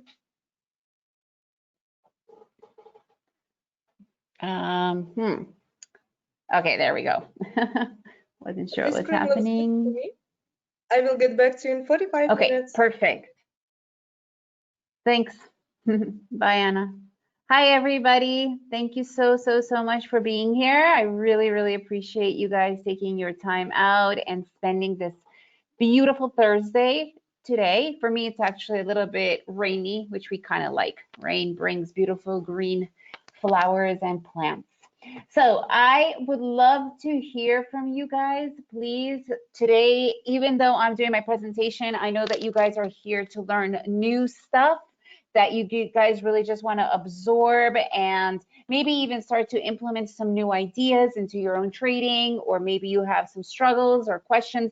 I want to focus on that more with you guys than just only on my presentation, right? Because it's really about you guys. It's about you taking your time to be here and to listening pretty much and just joining in. So please, I really want you guys to take advantage of that and ask me whatever questions. Okay, so I am, what's happening here?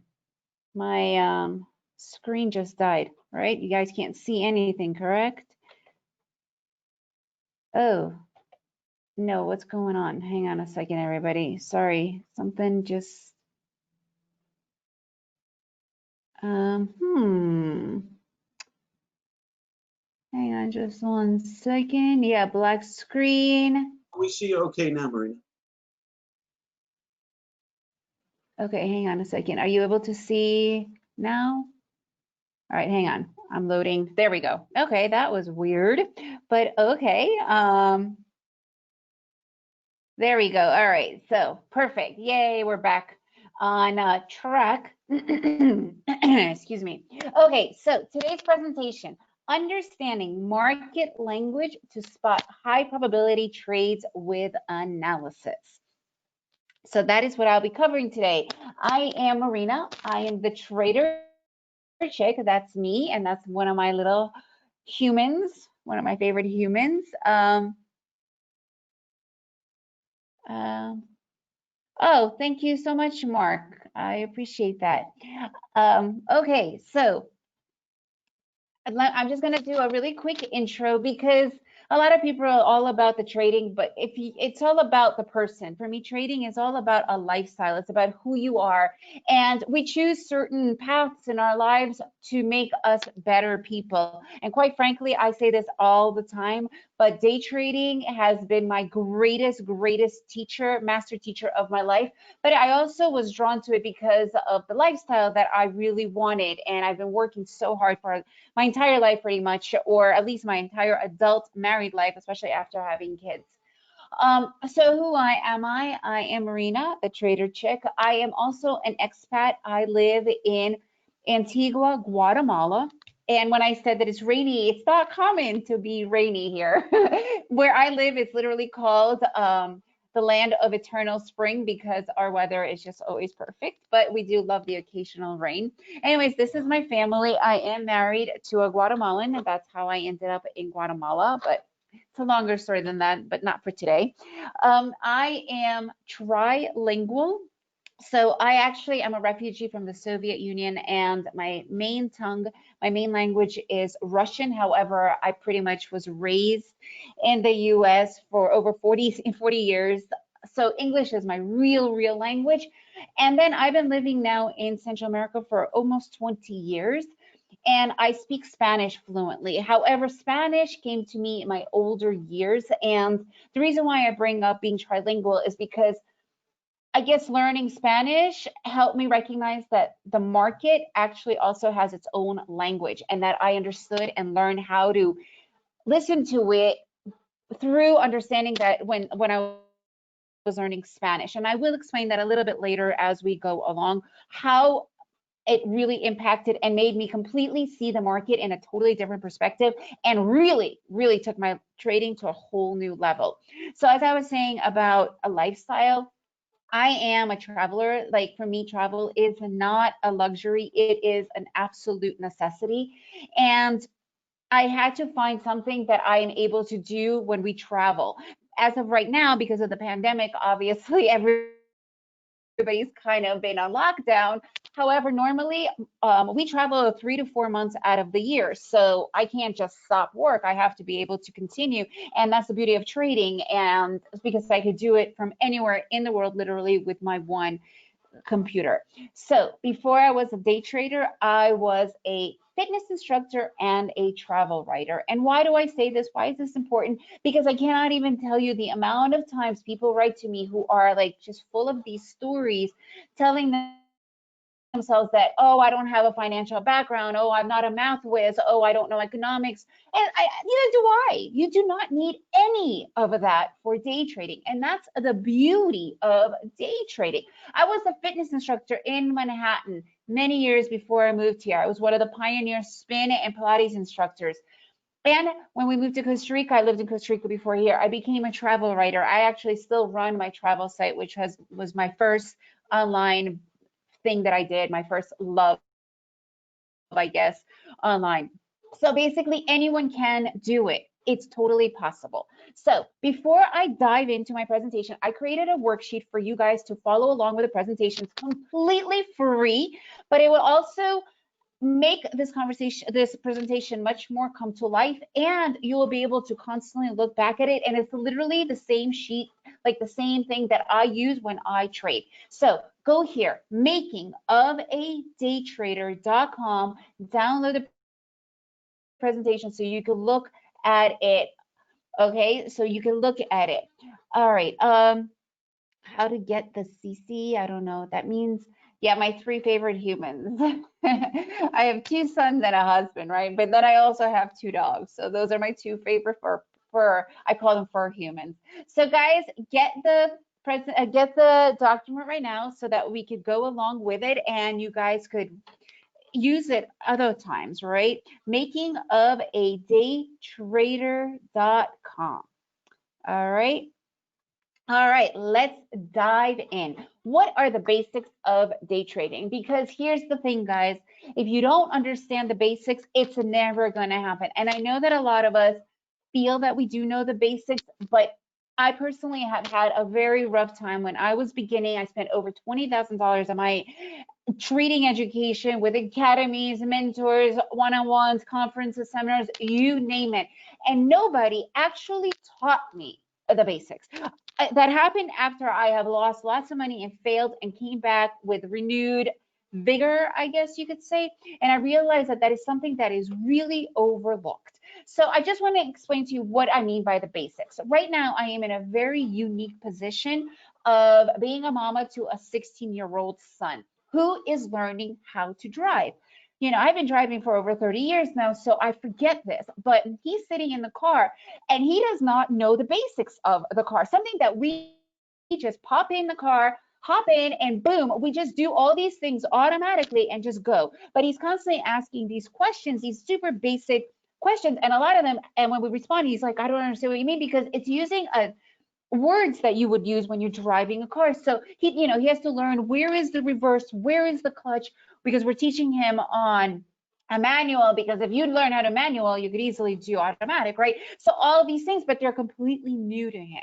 And it's the same thing with day trading. There are so many things that if we just have the basics and on kind of, it's not automation. I do not like that word automation, but they're just there that you just know to always look for, or you have like, I call some things in the market like your seatbelt, right? When you jump in the car, you protect yourself automatically with a seatbelt. Support and resistance areas, those to me are like seatbelts, but a lot of people don't even know what they are. And if you're not using support and resistance, you are going to be crashing and falling and breaking through the windshield. So this is what I want to talk to you about, because it's amazing how many people think they understand what that is. And then when it's time to show you what a support and resistance area is, for instance, or reversals, divergences, they completely go off. They don't understand. And those are the basics, the absolute basics. And that's what I really, really want to focus on today. So as I mentioned before, we do travel a lot, and this is it right here. What you're looking at, this is my chart. I used to have 3 monitors. It was just 10 indicators. I was going into massive, analysis paralysis, all that crap, until I came back and realized, wait, day trading could be quite simplified, and I could use one chart. This is my one chart.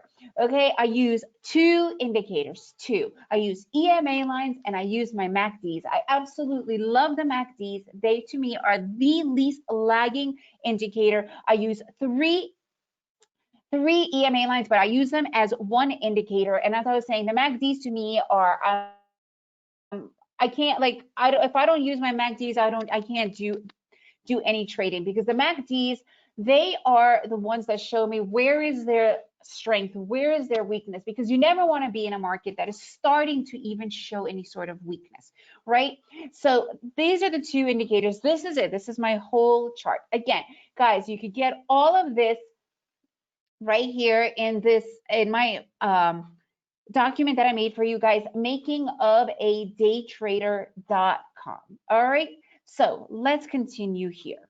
Market movement. We're going to begin with market movement. Just let me see if there's any questions here. Hang on one moment.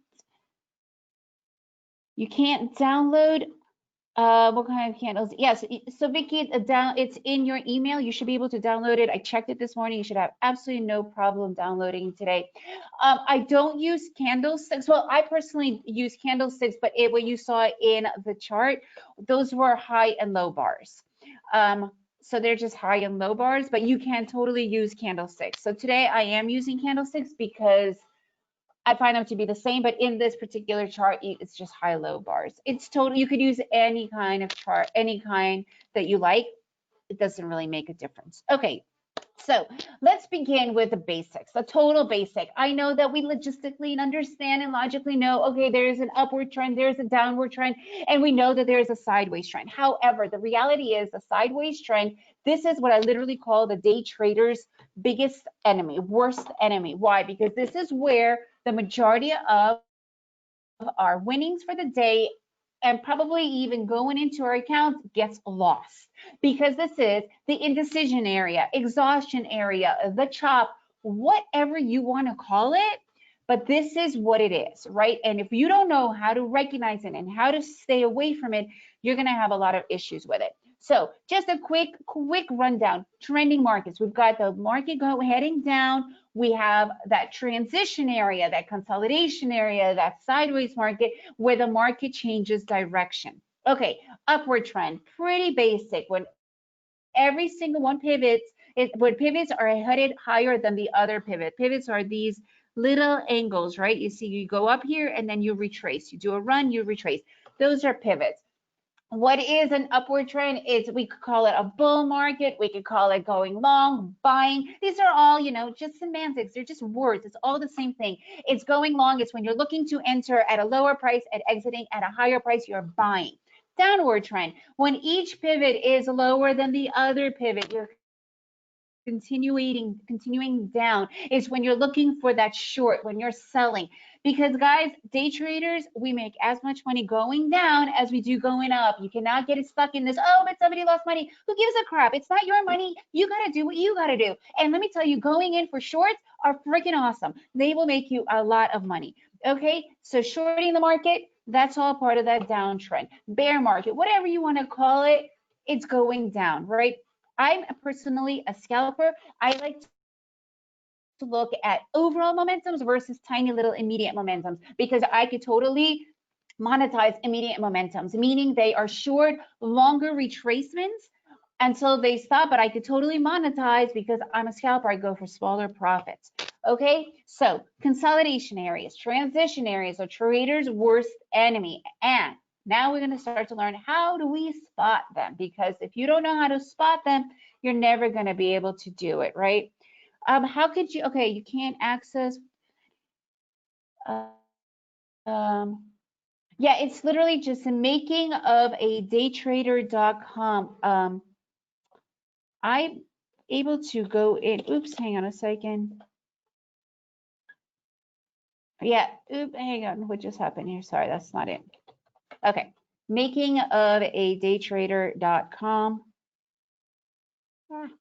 Right here, this is what you guys should see, okay? And then you just put in your name and your email and it will come to you instantly to your email. So yeah, it's making of a daytrader.com.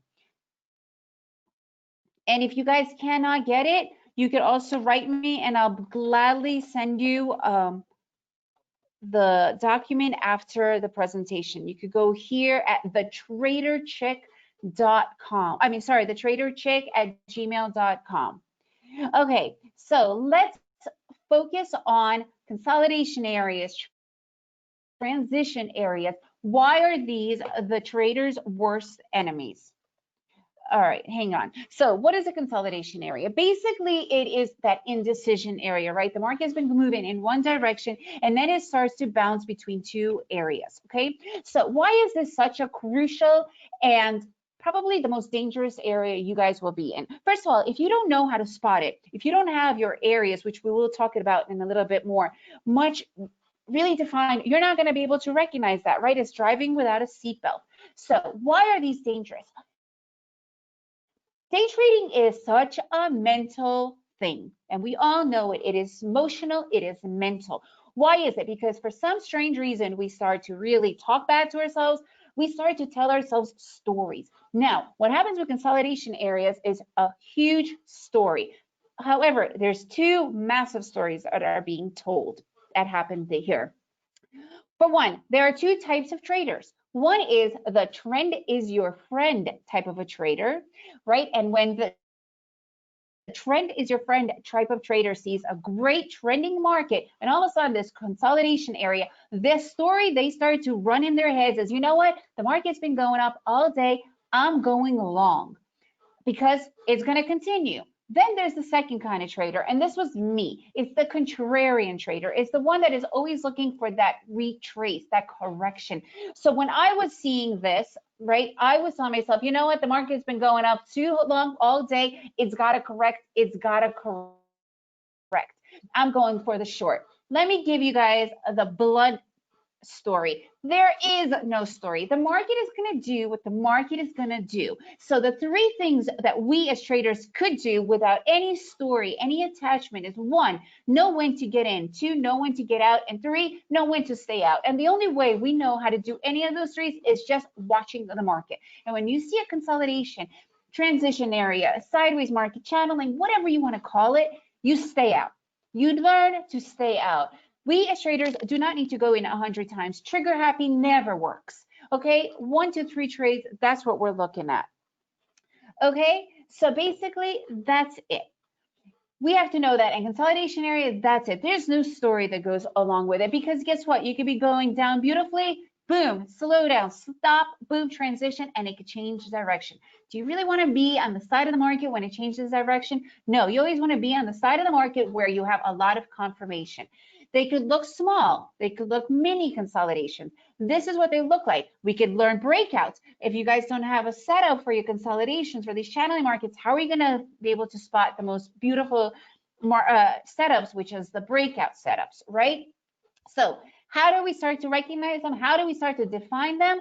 Areas. Guys, we need to respect areas. The market respects areas, and we as the trader, retail, individual trader, have to respect the market. So if the market is going to respect areas, guess what? We do too. So what areas are they? They are the support and resistance areas. What is a resistance area? What is a resistance area, guys? It's the ceiling. It is a ceiling of the market. It could be the ceiling of a trend where the market is hitting over and over and over again. This is how you draw it in. It's usually 3 or more hits. Okay, or it could be the ceiling of a channel. This is what a resistance area looks like, and the market revisits those areas over and over again. And if you have it drawn in, you are prepared. So when you hit it and it doesn't continue, you'll be like, wait, you know why? It's a resistance area. Okay, resistance area where it could stop the trend. What's a support area? It's the floor of the market. It's where the trend hits over and over and over again. It's the floor of the market. If you guys don't have this drawn in, you're going to be missing out. You're going to be getting stopped out.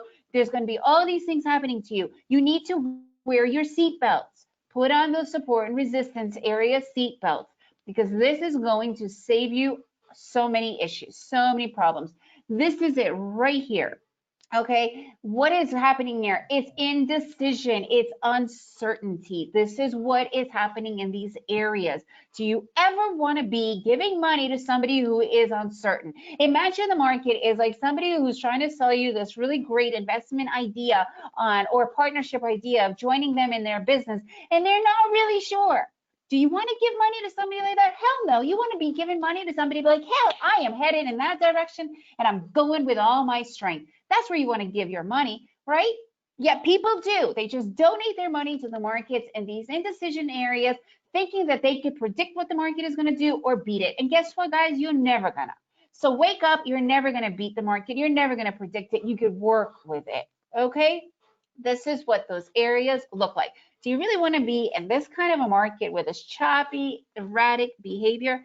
No, no, no, guys. Look at this. Draw in your support resistance areas. It will save your life.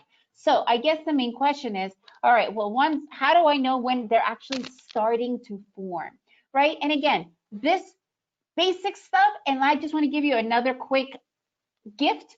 All this is for free. You do not need to go and buy any fancy schmancy softwares, indicators. This is all on any platform. You do have to have a platform. You can't be a NASCAR driver without a freaking car. You cannot be a trader if you don't have a good platform. That's just the bottom line. But that is not those flashy softwares and algorithms and indicators, because you have to have a platform. Okay, and this is all there. This is all for you to totally understand. So how do we know when the support resistance areas are starting to happen? How do we know when the weakness is starting to happen in the market? Begins with reversal patterns. Reversal patterns are my absolute favorite go-tos. They are my favorite. What is a reversal pattern? We have heard of double tops, double bottoms, triple tops, triple bottoms. These are all reversal patterns, head and shoulders. They are telling us, wait a minute, Chill out because it's a reversal happening. It is an indication.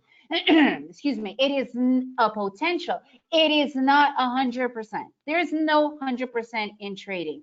So understand that. So don't be like, oh, but it was a reversal area and I went in. No, you don't do that. This is when you sit out. That's the third most important position, knowing when to sit out. Okay, reversal patterns. Now, coupled with divergences, forget about it. You are just listening to the market screaming and you saying, chill.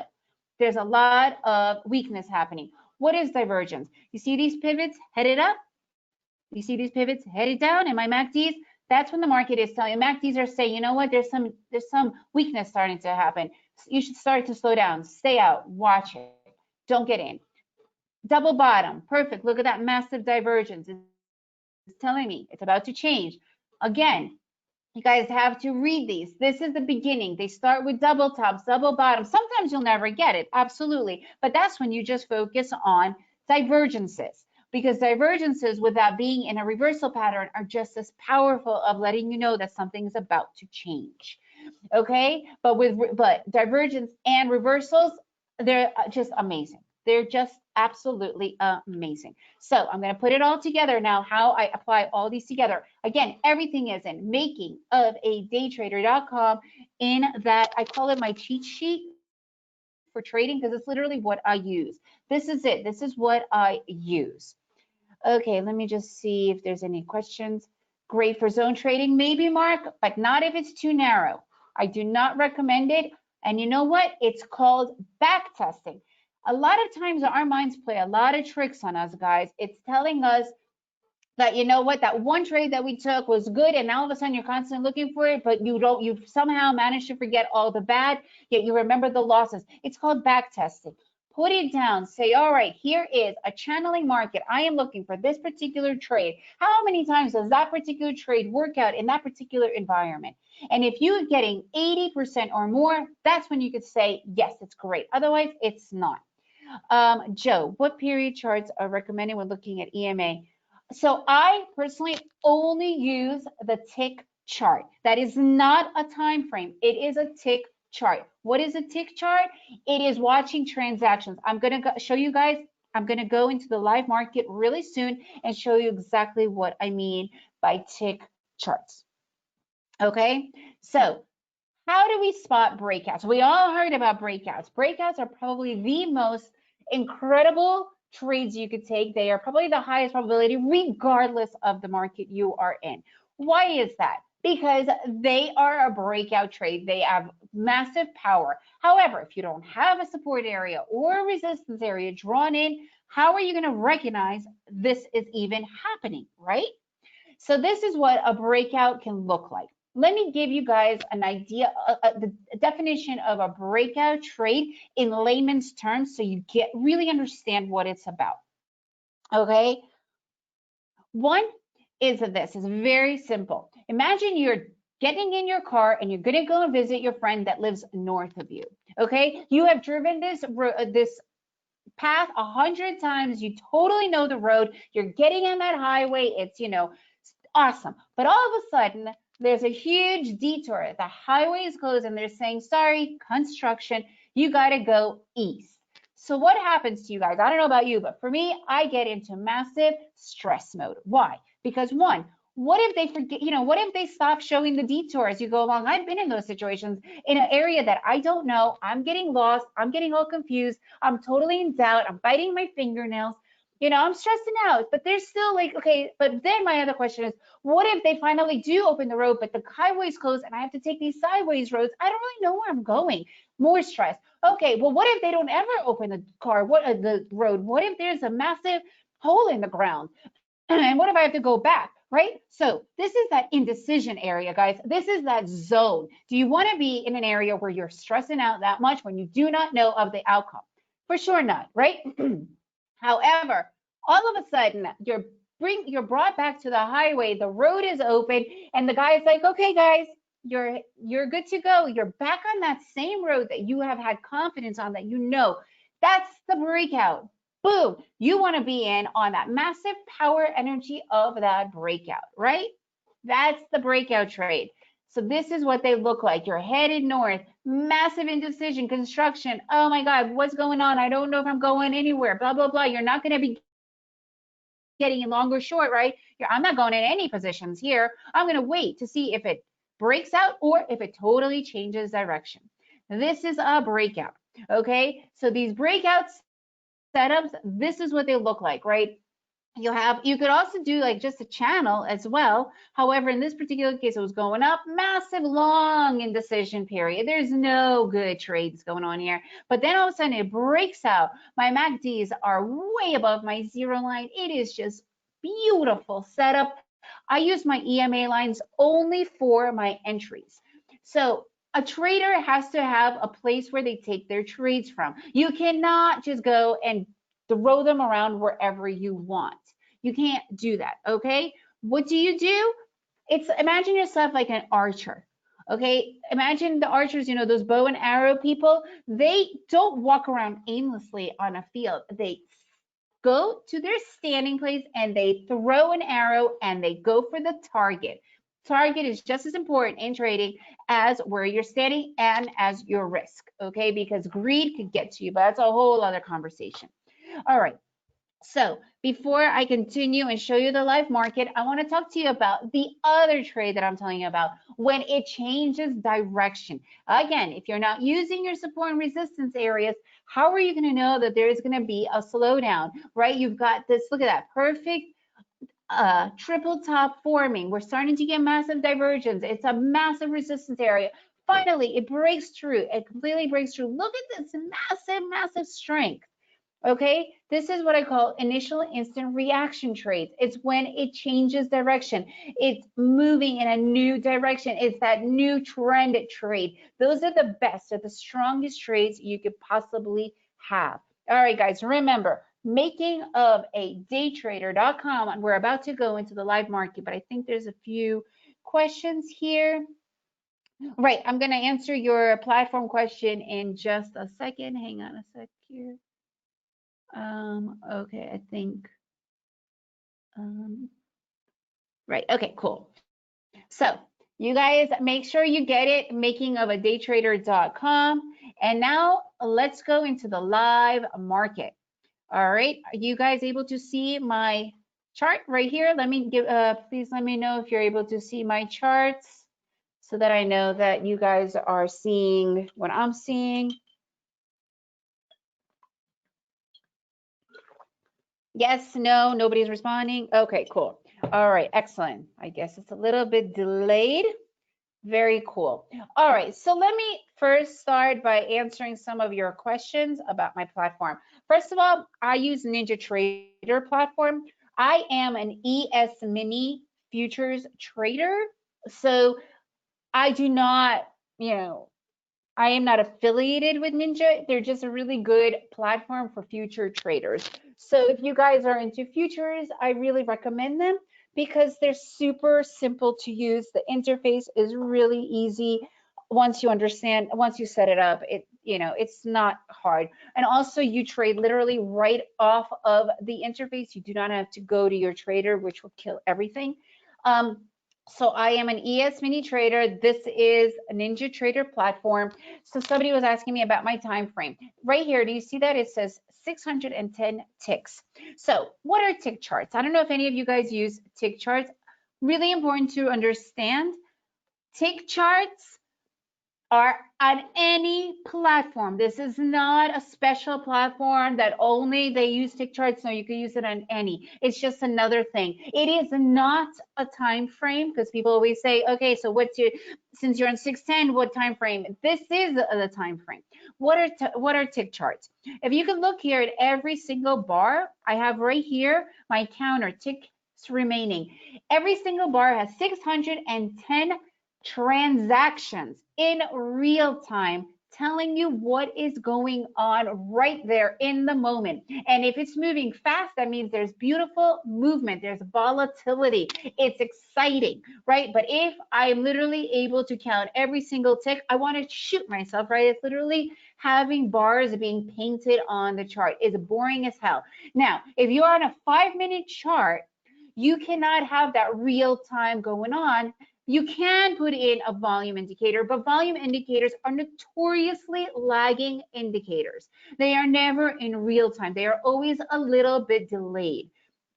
That's the beauty of the tick chart. You are literally, you could do any time. You could do any tick. I use 1597. You could go into 233. I know that some people use 50. I think that's a little bit too micro. So you could find your balance as well. So that's what I use, right? You can see it right here. There's quite a lot of movement going on. So somebody was asking me about my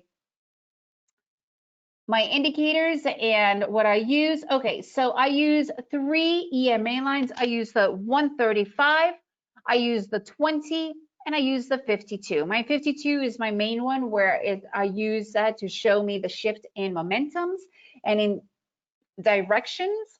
And then somebody was asking me about my MACDs. I use literally the universal parameters. The 12 for fast, slow is 26, smooth is 9. However, when you first sign up for the MACDs, it gives you 3 different points because I do not like noise. And to me, a lot of these indicators are just a lot of noise. I removed the average and the difference. And if you're using Ninja, basically, I just put it into transparent. Pretty sure you could do that with any platform. And all I use is the actual MACD. Okay, so you can see that all right here. All right, now, how do we start to watch the market? So as you can see, I've already been drawing in my beautiful support resistance areas. Here is, oops, that's not what I wanted to use. Here is another perfect support area being done right here. Remember, in the live market, we don't know what's going on, but I'm seeing this perfect double bottom. I already have divergence, right? I'm seeing this happen. Okay, continued. Oh, but wait, it's hitting that same area. You know what? I don't like this. I'm sitting out. It is now a complete support area for me. And then it broke out. Awesome. So that means now I'll be looking for my breakout trade, right? This is an interim area, I call it. It's that mini area that I would be looking for a breakout trade, right? Because there's massive strength with the MACDs, continuation, no divergences. I'm loving this all over, right? And then it's just continuing on, massive divergences. I would be looking for trades all over here, right? But now I've had quite a deep retracement, right? And it literally went all the way up to my 0 line in my MACDs. So I don't like that. What I enjoy is I drew these brown lines in for myself, because once it hits these brown lines, that's when it's telling me that there is strength in the markets, right? So right now, I don't see that strength. If anything, I'm starting to notice it's a little bit slow down. It's starting to slow down for me, right? Oh, but wait, it's starting to pick up again. Oh, it stopped. And now it's showing me that I am having an area forming. I could actually, oh, hang on a second. I'm starting from here, right? It's starting to show me that there is an area forming. Oh, and look at that. It's a massive area that's forming here, right? Right there, look at that. That is massive strength happening. I mean, massive weakness happening here and a pretty significant support area. Okay, so this is how I gauge and really learn what the market is telling me. So I am not looking for any shorts at all. And right now, because it's still on this side of the market for me, I'm just sitting and waiting to see what's going to happen. So this is how I gauge what the market is doing. And I do this all day long, for as long as my trading sessions last. Now we're starting to get some serious movement in the opposite direction. I'm still not touching my brown lines. So I still am not, oh, but now I am. Look at that. So now I would be totally looking for this entry right here for a long. If it retraces to here, if it doesn't retrace here, I don't care. I'm not about to chase it. It's not something that I am interested in. It's not a trade that I care about. So this is how I watch what the market is doing. This is when I look at the MACDs. I'm seeing if there's strength. All of these components put together. Okay, and this is how you truly can gauge the market. I personally begin with scrunching out my charts all together and seeing what were the areas for the day. Have I been in any areas, right? This is a decent resistance area. It's an average. I don't look at the specific points. However, if I looked here, this is a pretty big reversal area, right? And then look what happened. It headed down. Now, I had this support area here. I like to draw them out. However, the support area did move a little bit. It didn't touch it here. It moved here. So now this is that new support area. Okay, so this is how I apply everything I'm doing with my charts. And I think there was some questions. Let me go and check that out. Okay, do you trade today, volatility today? Yeah, today is beautiful. Are you kidding me? Look at how fast it's moving. I love volatility. Volatility is what I live for. I hate when it's slow. I can't handle it because I am a scalper. I don't know if you guys know what scalping is. I look for really small profits, and it's usually with a small risk, right? But my trades that I look at, I have 10 trade setups that I look at. So they're not just random, oh, I'm just going to go in this one because it kind of looks good. God, no. I have very specific trade setups that I look for, that I rely on. I'm not looking for anything until my 20 EMA crosses over my 135 EMA. So even if it comes down right now, this to me is an indecision period. There's so much involved in trading, right? You can't just be like, this is how you do it. This particular one I'm using is Ninja 7. You could use Ninja 8. I mean, you could use whatever you feel good with. I've been using Ninja Trader since it was Ninja Trader 4. And until the 7th, we were mandatorily needing to change, if that's even a word. But with 7, I don't have to change yet until they really say, you know what, I guess just can't be bothered. I love 7. I've been on this now for, oh my God, for like 6 years. I think it's 6 years ago or 5 years ago that I became Ninja 7. So this is how I put it all together. This is how I watch the market. I use 2 indicators and then all of that market basics, the supports, the resistances, the divergences, the reversal patterns. Okay, guys, let me know if you have any more questions. Well, institution just means, you know, it's what the masses are doing. Do you want to be part of the masses, or do you actually want to, you know, do it yourself? So I told you guys in the beginning that I used to use 3 monitors. My 3 monitors was a 233 tick chart, 610 tick chart, and the 1597 tick chart. So basically they're just shorter or larger time frames. So what I ended up doing, I put in my 233 tick chart EMA, which is now the 20, and the orange one right here, that is my 1597 EMA, which is now the 135. I did years of back testing, to be able to understand how to use that. So that's why I am down to these 3 EMAs. They are literally brought in from my 3 monitors that I've started to recognize that I could just put on one and be able to take the trades off of one particular chart. Okay, so that's how I came up with that one particular. Okay, guys, so like I said, everything that I have just been sharing with you can be found on makingofadaytrader.com. If you can't get it, please email me, thetraderchick@gmail.com. James, my EMA settings, 20, 52, 135. I use those 3 EMA lines. All right, guys, let me know if there's any more questions or anything that you want me to go over or anything. And again, makingofadaytrader.com. If you cannot download it, but you should be able to. But if you are not able to, please email me, thetraderchick@gmail.com. I'm going to write it here.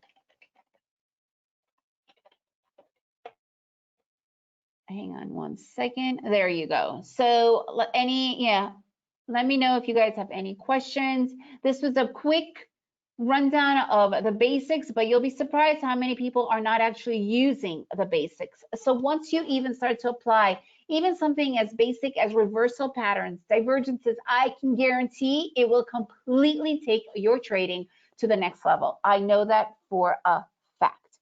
All right, guys, I just wanted to say thank you so much for being here.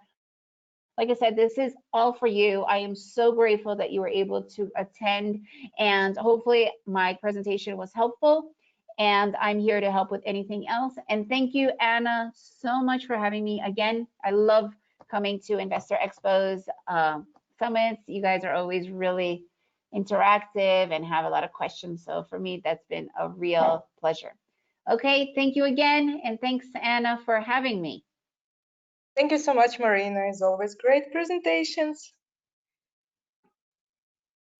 Let's move to our next presenter, Dr. Barry Burns. Hello, Barry. Hi, Anna. How are you? I'm good. Glad to have you back on our show. Great. Well, it's wonderful to be here. Thank you for the invitation. Always. Let me check if we are having the right screen on. Oh, okay. I see the little dialog box there. Okay, let me make sure. Hold on one second. Oh, I see. Okay, hold on. I'll get this going here in a second.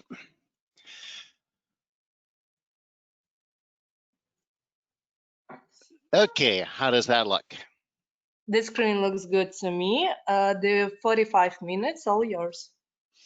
All righty, excellent. Well, I am excited to share this. This is something I normally don't share. I haven't shared this information for quite a while, so mixing things up here to do a little something different here today that I'm very excited about. That's worked very well for me and helped me to not only make money, but save money. And, that's part of the trading business as well, is you've got, two sides, kind of like in sports. You've got your offensive team, you got your defensive team. And, the defense is just as important as the offense, because if the other team can't score against you, they can't win. And I find in trading that a lot of people, they got trouble making money, but they've also got trouble with losing money. And, oh boy, that's, just a horrible, horrible thing. And if we can prevent you from losing money and just focus on the side that makes you money, then you can really get ahead. So here's what we're talking about today. You can see the screen there, how to time your trade entries for big moves and avoid getting stopped out. So we're talking about both the offense and the defense. So we want to get into big, big, big moves. So we make the, large money, risk reward ratio, as it's often referred to, so that our winners are big. And then again, avoid getting stopped out so that we don't take losses. All right. So, just a couple of things about who I am. There's my ugly mug. I'm Barry Burns, owner and founder of Top Dog Trading. I'm the author of Trend Trading for Dummies. I've received numerous Reader's Choice Awards from Stocks and Commodities magazine. I've contributed to other authors' books as well, and do a lot of speaking engagements for big major companies, written articles, helped create software, etc., for a lot of big name trading companies out there. So obviously they vetted me before they invited me to come on board and to work with them.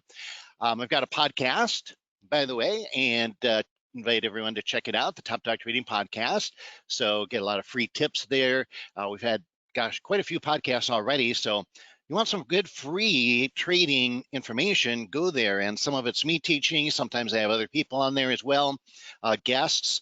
And it's all for free. Listen to it while you're working out or driving or whatever. And we've done pretty well. We got up ahead of, well, you could see where we are there, number 10 at the last time that I took the screenshot, at least. Obviously, we got to do our legal disclaimer here, because I know even though other speakers have done it, people on these multi-speaker events come in and out. And so I want to make sure that people do see this. I'm not going to read through all of it, but I do want to say that sometimes people kind of look over these legal disclaimers and say, oh, yeah, I've seen that before. Well, the thing is that this is actually a great gift. Don't think of this as just legalese. The regulators have actually gone out, done the research as to why most people lose money trading. And we know that's a fact. Most people do lose money trading. So the regulators have already done all that homework for you. and it's kind of, I won't say clothed, but comes across as legalese, and so people don't read it. Please read it. It's really, really important. Again, this is the defense part of your game. There's a lot of hype out there in the trading world, in the trading teaching world, and this is the truth. This is our government and our regulators trying to protect us. So I encourage everyone to go through and to read all of those. Okay. So today, as I said, we're going to talk about how to catch big moves in the market and stay out of the little moves that chop up our trading account. So just so we're all on the same page, oh, Rondell says, is that really you? Yep, it's really me. And yeah, if you have any questions as I go through this, feel free to type it into the questions box because I am here live and I love the interaction. I'll try to keep my eye on that as I'm going along. In fact, let's see, where's the chat box here? There it is too. Okay, so just so we're all on the same page with defining terms, when we talk about big moves, we're talking about volatility cycles. Now, when it comes to cycles, there's different types of cycles in the market. Cycles just mean periods of time. So one of the most obvious one is the seasonal cycle of the agricultural cycle. So we sow in the spring, we reap in the fall. And so your soft commodities, your ags, such as, corn and all that kind of stuff, you're growing it during the summer and then the winter is off. So that's one seasonal cycle. The retail cycle is clear. December is when a lot of, well, even before December, a lot of sales are made for retail companies, and then not as much during the rest of the year. And that varies from retail to retail company, but that's a common cycle. You get your stair-step patterns like your wave counts and so forth. Those are cycles. But today I'm talking about volatility cycles. So with a volatility cycle, what I'm referring to is that you get wide range movements in a period of time. And so let's see if I can bring up, oh yeah, I got my spotlight here. Awesome. Okay, so we've got period of time is the horizontal part of this rectangle. And, if I had a chart, I had the chart time scale on the bottom, then you would see how long this is. And then price range is from low to high. So you get your x-axis, you get your y-axis. So we would consider this to be a high volatility period of time or cycle. And this is what we want to trade. We want to catch these periods of time where the markets makes big moves in short periods of time. Okay, and then this is a low volatility cycle. And again, one way to identify these is just to draw rectangles on your chart. And you can see over a long period of time, the lower range of movement. This is where people kind of tend to get their trades and their accounts chopped up. So, all right, so that's just the general meta pattern, if you would. Now, how do we trade these? What kind of trade patterns are identifying these types of cycles? So Bollinger Band squeeze would be one of them. Bollinger Band, if you use Bollinger Bands on your chart, they contract, they squeeze together, and then we're looking for a breakout of that Bollinger Band squeeze to get early into a new high volatility period of time. So those are great. Contracting channels, this is where basically, kind of like I showed before, the highs and the lows are relatively equal or similar, but the market's just going sideways in a narrow range. And so what we're looking to do is get in early, I emphasize this word early, into a new breakout of that consolidation. Again, markets contract for a period of time. That's a contracting cycle. And then those are great to trade, by the way. But the tricky part is we don't want to trade while it continues. We want to trade at the end of that contraction to catch the big move and to be in first.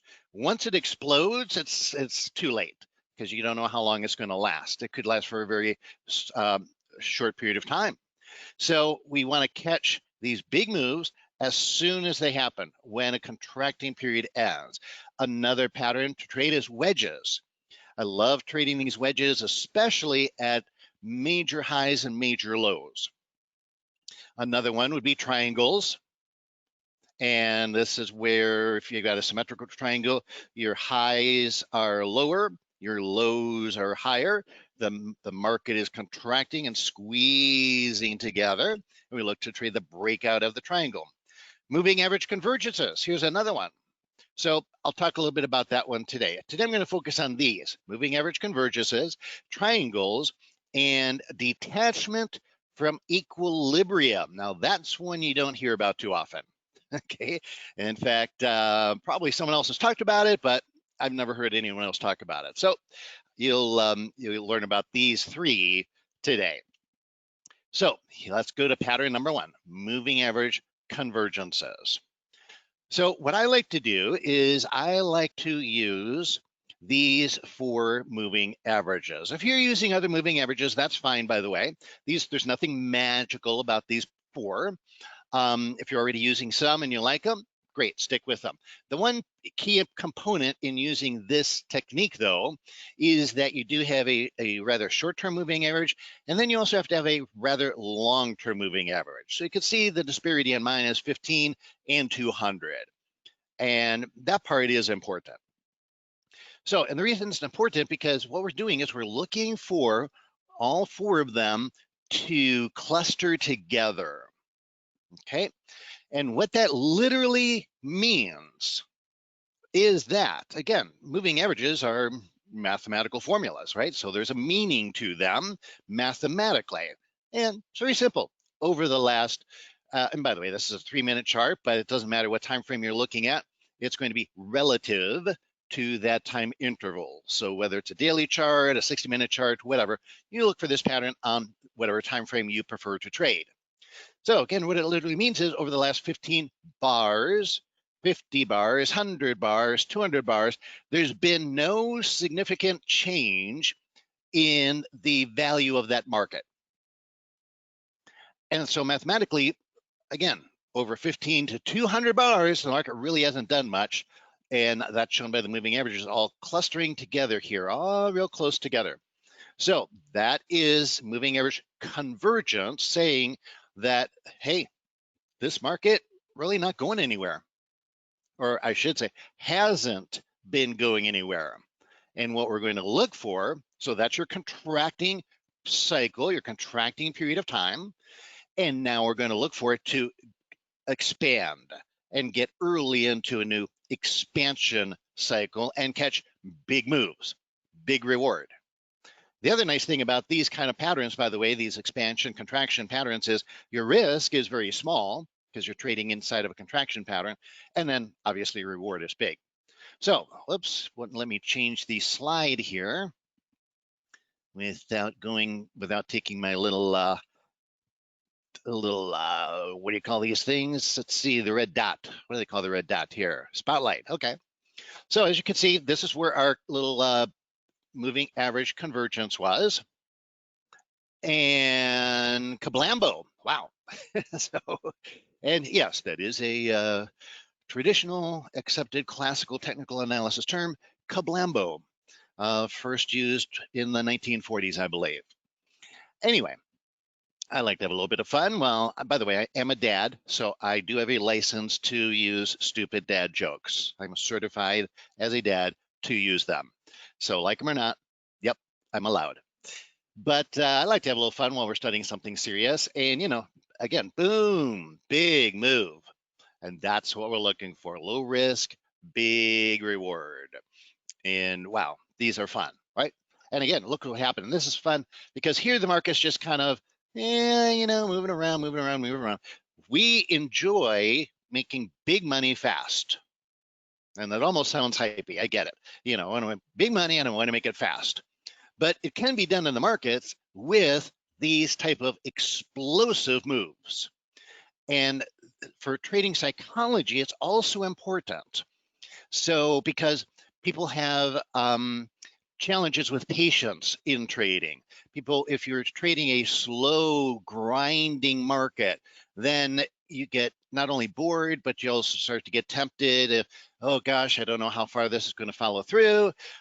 Should I get out? How long should I wait?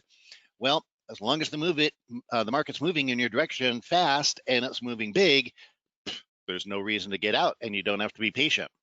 And so psychologically, these patterns are much easier to trade. It's easier in your psychology. So, yeah, I mean, who wouldn't like that? Okay, so that's one. Now let me teach you pattern number 2 today. Came with, by the way, I have nothing to sell today. I'm sorry, I kind of dropped the ball. All I have is free tutorials and education. So I know you guys are all bummed out, like, what? Hey, but I just came to buy your stuff. That's all I wanted to do. Sorry, got nothing to sell you. There's not even going to be an offer. Well, I'll just give you something free at the end. How's that? I'll just give you some free stuff at the end, but I got nothing for sale. So I wanted to give you these 3 patterns. You can take them, use them, try them. Obviously, try them on a demo account or simulator account before you trade them with real money. And if you want more, I'll give you a little free course here today that you can have after I'm done. All right, this is a profound pattern to trade. I love this pattern. Back in the day when I used to have a trading room, I don't have one right now, but I used to do live trading in a trading room for about 3.5 years. And I would trade this over and over and over and over and over and over and over. And oh my gosh, everybody loved it. So let me share it with you.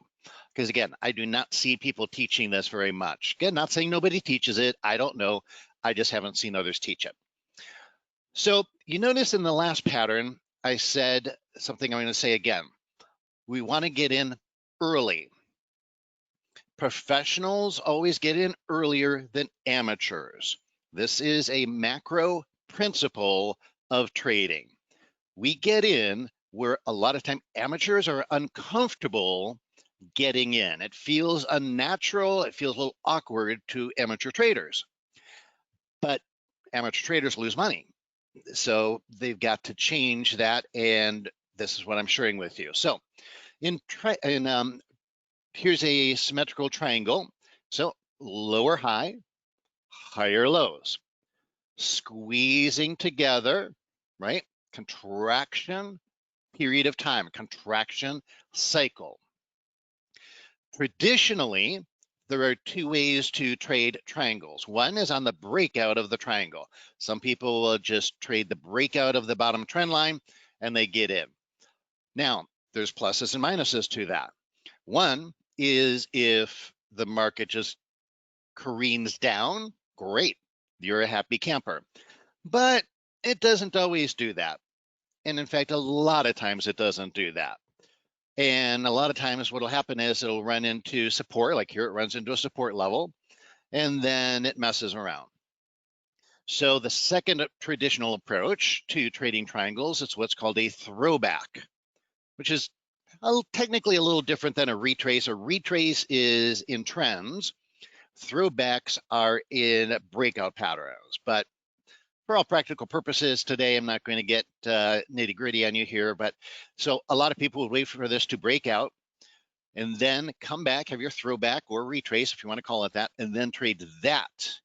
A lot of times they're looking for it to come back to this line or close to that line. And as you can see here, that would not have worked out too well either, especially if you put your protective stop right above this high, because it would have gotten stopped out. So both of those patterns are very challenging to trade, and it's become more and more challenging over time. Trading has changed a lot, my friends. So, the stuff that used to work in the classic technical analysis books, and by the way, I have a lot of respect for the classics. But the problem is, back when they were written, like the Bible of Technical Analysis was written in the 1940s. Well, in the 1940s, we didn't have computers. We didn't have me. I was dead. I was born in 1950s. And even when I was born, we only had color or black and white TV. We didn't even have color TV. We had rotary telephones. So my point is, now, since those classic technical analysis books were written, a lot has changed in trading. Technology, speed, internet, direct access, lower commissions, and think of this too, quants, algos, high frequency trading. Oh my gosh, it's a different world. And the people who wrote those classic books, they would have evolved with the market because they're smart people. So don't go back to the old stuff. I mean, it's okay to read it and check it out. But if you trade that way, you're going to be in a world of pain because charts don't look like that anymore in today's markets. So I don't do either one of these patterns on this trade. I trade what I call trading inside the triangle. Again, follows up with the principle that professionals are always in before amateurs. So we look for a higher lows, and then we look for our lower high. And I go short right there, inside the triangle. So I'm getting in before the breakout traders. I'm getting in before the throwback or the retracement traders. I'm trading before the triangle even breaks out. And it's funny, I have a video about this on YouTube, and I would say this is the one video that I've had more negative comments on than any other. And it's really interesting to me because people are so entrenched in their way of thinking. This is a triangle breakout trade. And the negative comments I get is it's not a triangle breakout trade because it hasn't broken out yet. And again, my point, my friends, is right. I'm aware of that. The setup is about it breaking out of the triangle. And yes, I am trading it before the breakout. Think of it this way. You've heard the expression, buy the rumor, sell the news. Again, professional trading slogan.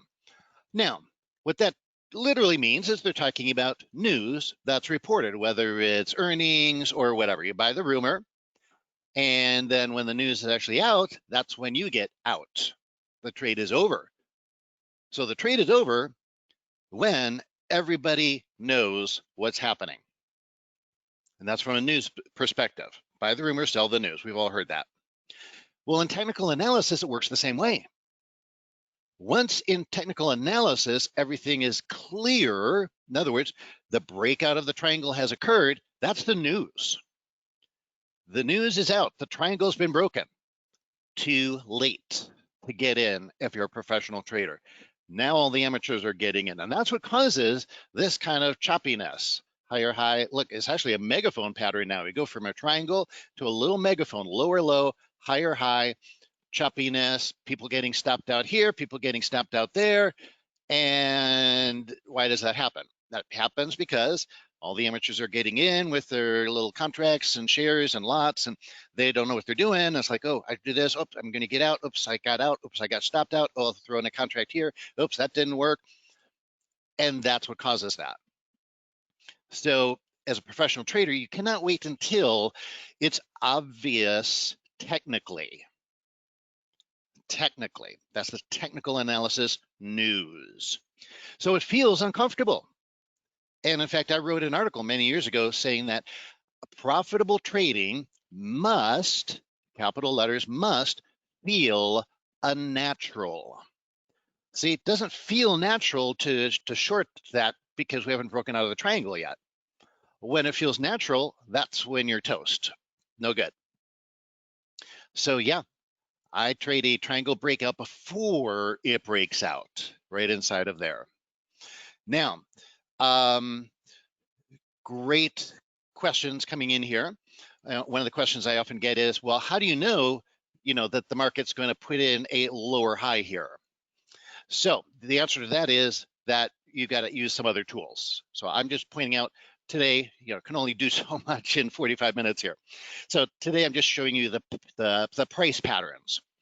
But I also have a momentum indicator. I only use two indicators in moving averages and then price patterns. So I've got a momentum indicator and I've got a cycle or timing indicator. So my momentum indicator will tell me that as this moves up, the market's moving up on weakness. In other words, supply-demand shift is changing where there's not as much demand anymore. And so therefore, if this was moving up on strength, I wouldn't go short here. But if it's moving up on weakness, then okay. And then my cycle indicator, my timing indicator, it actually tells me on exactly which bar to enter the trade. It's that precise. It's my scalpel of my trading toolbox, so to say. And yeah, be happy to share that. I don't have time to share it today, but in the free stuff I give you, I'll be happy to share that timing indicator with you. It's really just a modified stochastic is what it is. So you can use it on any charting platform, but we do modify the stochastic. We don't use it in its default form, but I give that away for free. So anyway, using those tools together, that's how I know, okay, this will now be our final cycle high. Short that, boom, breaks out. I just stay in there, wait for all the amateurs to, you know, do their monkey business, and just stay in. And by the way, there's another thing here that's important too. So these work best in extended trends. So there's one more aspect of this as well. So we've had 3, we've had a failed 5, failed 5. The average trend is 5 waves. So that also encourages me that this is a high probability trend reversal trade because we've already hit 5 waves and therefore the trend is less likely to continue. This would be a lower probability trade if it was early in a new trend. It could, you know, still scalp it, make a few pennies or whatever, a few dollars. But it's a higher probability trade for a good risk reward ratio when it's late in an extended trend. Okay, it's one way that trends end. All right, how are we doing with time here? We're doing okay. All right, I think that's all that I got to say about that one for now. All righty, so let's go to our next slide. Oh, yeah, I forgot about this. So it's also a Head and Shoulders. This one's on Trader is asking, what platform do I use? This is on NinjaTrader. So I use NinjaTrader for day trading, and this is a 5-minute chart. So yeah. And Randall's asking, do I use Elliott waves? No, I actually have my own wave count methodology. I don't use Elliott waves. I've done Elliott wave trading before. I have a friend who trades Elliott wave, and I've traded with him, but I pulled away from it. It's not my preferred approach to trading. Okay, great. All right. Thank you, Fergal. That's nice of you. Okay, so the other thing I wanted to point out here is that, again, we have, this is what I call concurrent setups. Concurrent setup. So it means you have more than one reason to take a trade. So one reason that we talked about was the triangle, symmetrical triangle. Another reason is, again, we're in an extended trend and we have a head and shoulders pattern. So high, higher high, lower high. Now, head and shoulder patterns, got to be very careful with them because while they're good, but a head and shoulders pattern is defined as a trend reversal pattern. So don't look for head and shoulder patterns anywhere on a chart, or everywhere on a chart, I should say. Only look for them when we have an extended trend. That's when they're reliable, not early in a new trend, because early in a new trend, the trend is more probable to continue. Remember the old slogan, the trend is your friend until the end. Well, that is true, but we need more details. Well, how do I know when the end will be? And that's where wave counts come in.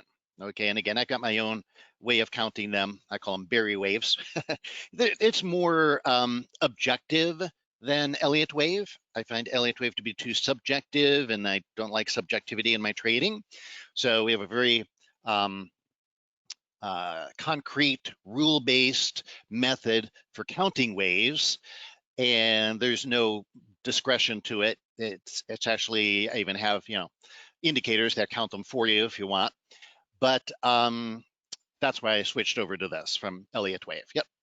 So anyway, we're relating to an extended trend. And so now, yes, now I'll look for a head and shoulders. So we had head and shoulders, we got triangle.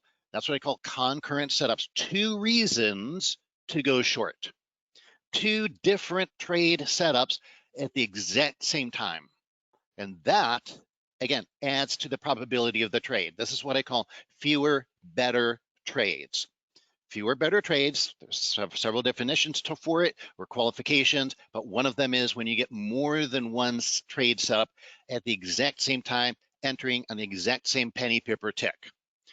That's a fewer better trade. It's a better high probability trade, and that's what I mean by a better trade. It's a higher probability trade of success. And the reason I use the word fewer is because most traders think that there's more good high probability trade setups every day or every week than there really are. The markets are not there to be your friend, right? If you think about it, by the way, what are the markets? Well, the markets are people. And of course, the algos and the computers, but people program them. It's everybody trying to get money for their account. That's what the market is. So when you understand that that's what the market is, nobody in the market, in other words, the market is not trying to help you make money. The market is actually trying to take your money. So the market is not your friend. It's not your friend. It's literally against you. If you ever felt like, gosh, I think the market's against me, it is, because it's a whole bunch of people all trying to transfer money from your account to their account. That's what it literally is. So it's very important, again, to play defense. Defense comes first. Protect your capital, protect your retirement account, protect your kids' college education, protect the roof over your head for yourself and your family. It's critical. That's where we start. Professional traders, we focus more on money management and risk management than we do on technical analysis. And I'm going to throw out a little challenge. It's going to be a question. You don't have to answer it, but think of it this way. How many roughly hours have you spent on putting indicators on a chart and changing out indicators and trying different indicators and all that kind of stuff versus the ratio of hours you've put into studying risk management and money management principles and techniques? What's the ratio there? Okay, well, it should be more time, the higher percentage of time spent on mastering money management and risk management. And yet most traders, I would say, spend probably 95% of their time on indicators, right? Okay, so anyway, really important. Didn't even plan on saying that. I just get caught up in this stuff and I just start, saying things that come to mind. But believe me, I know, I know how traders are, because I used to do that too.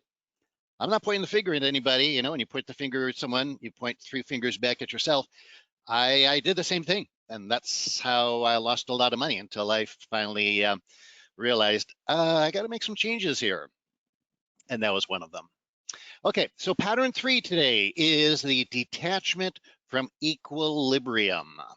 Again, never heard anyone teach this before, but probably someone has. Every time I say that, then someone says, oh yeah, Billy Bob's day trading crypto penny stock emporium teaches that. I'm like, okay, well, of course, nothing new under the sun. But anyway, if you haven't heard it, this is really, really, really powerful stuff. So we've got 2 things here, and these mark levels of equilibrium in 2 different ways. So the first one's real simple, YC, yesterday's close. That's what that stands for, yesterday's close. So, you think, okay, and again, this is a day trading technique. So yesterday, the market went up, it went down, it went sideways, it made big move up, big move down, whatever it did. After all was said and done, after all the news, all the gossip, everybody's sentiment, everybody responding to tweets and Twitters and all that kind of stuff, the market finally settled on a price, and it closed at that price. And that is the price that the market, again, all the participants, valued that stock, that forex pair, that commodity, that futures contract for the day. After all was said and done, they said, okay, this is what we have decided the value of this market is after all is said and done and after all that stuff is figured into it. So the next day, that is your point of equilibrium, because now we're comparing, well, what's the market sentiment today compared to yesterday? Is it more or less? So, okay, then the other one you can use, and I like to use both of them, is the pivot point or the central pivot. So this is where you bring floor trader pivots onto your charts. And the pivot point, it's not going to be the same as yesterday's close. Sometimes it'll be real close. Sometimes it'll be, a little further away. But I consider this zone between the two of them to be the level of equilibrium. So as long as the market's in this zone, the market's neutral for the day, essentially. Now, markets are noisy. So don't expect it to just, channel in this little area. That's unrealistic. So we opened, we gapped up the next day. And where did it come? Come right back into the point of equilibrium like a magnet. Went a little bit down below. It's testing yesterday's low, by the way. A lot of people trade the breakouts of yesterday's low or yesterday's high. That used to work pretty good, but now that everybody's caught on to it, again, whenever there's something that everybody's doing, it stops working. So a lot of people used to trade the breakout of the previous day's low, YL, yesterday's low. That didn't work. Whoops, try it again, made a lower low. Oops, that didn't work. Came all the way back into point of equilibrium. It's almost like a magnet, it's like gravity, pulling it back into this area. Okay, now I gotta change out my little spotlight here so I can change the slide. All right, so here's what we're looking for. We are looking to trade in that zone and for it to go out of the zone. So here's what we saw, gapped up, came back in, went down a little bit. Okay, the false breakout, oops, whoops, these guys lost money now. They get stopped out over here. These people got stopped out, these people get stopped out. And then it comes right back into the magnet. So now we're okay, cool. This is awesome. And boom, kablambo. And here's your floor trader pivots, S1, support 1, S2, support 2. By the way, you'll notice too, here's another little extra freebie tip. I use what's called mid pivots as well. So you see this one says S1-S2. That's very simple. It's just halfway between S1 and S2. Lots of people don't use these. I do use them. I find them to be very reliable. They provide support resistance levels that a lot of other people don't see because they usually don't come with most floor trader pivot indicators. But for example, here you see came down there. Okay, good place to take some profits if you shorted out of here. Good. Boom, went to the actual S1, goes to the S2, comes back up, hits the S1, S2. Again, these levels just work like crazy. They're so good. And then major kablambo, and it comes down and just goes careening. So again, boom, comes down, bounces off the mid pivot, back up to S1, S2, stops, S1, stops, S2, stops, plays around here with the mid pivot, plays, bounces between them, and then it goes all the way down. And where do we end up at the end of the day? We end up at the mid pivot between S2 and S3. Big move, little risk, big reward, as we talked about. Okay, so yeah, so I like to trade inside of these levels. Now, obviously, we're looking for a major move out of that level. And so, again, just trading price bars alone isn't going to give us reliable indications as to when that is going to break out. We got to look for the energy of money. The energy of money, money flow. So what is the energy of money? Well, the energy of money is literally watching the supply-demand imbalance. So we're watching, for example, the velocity of money flow. So you can do this on a time and sales. You can do it on like level 2 or level 3, or you can even just watch how fast the price bars are moving.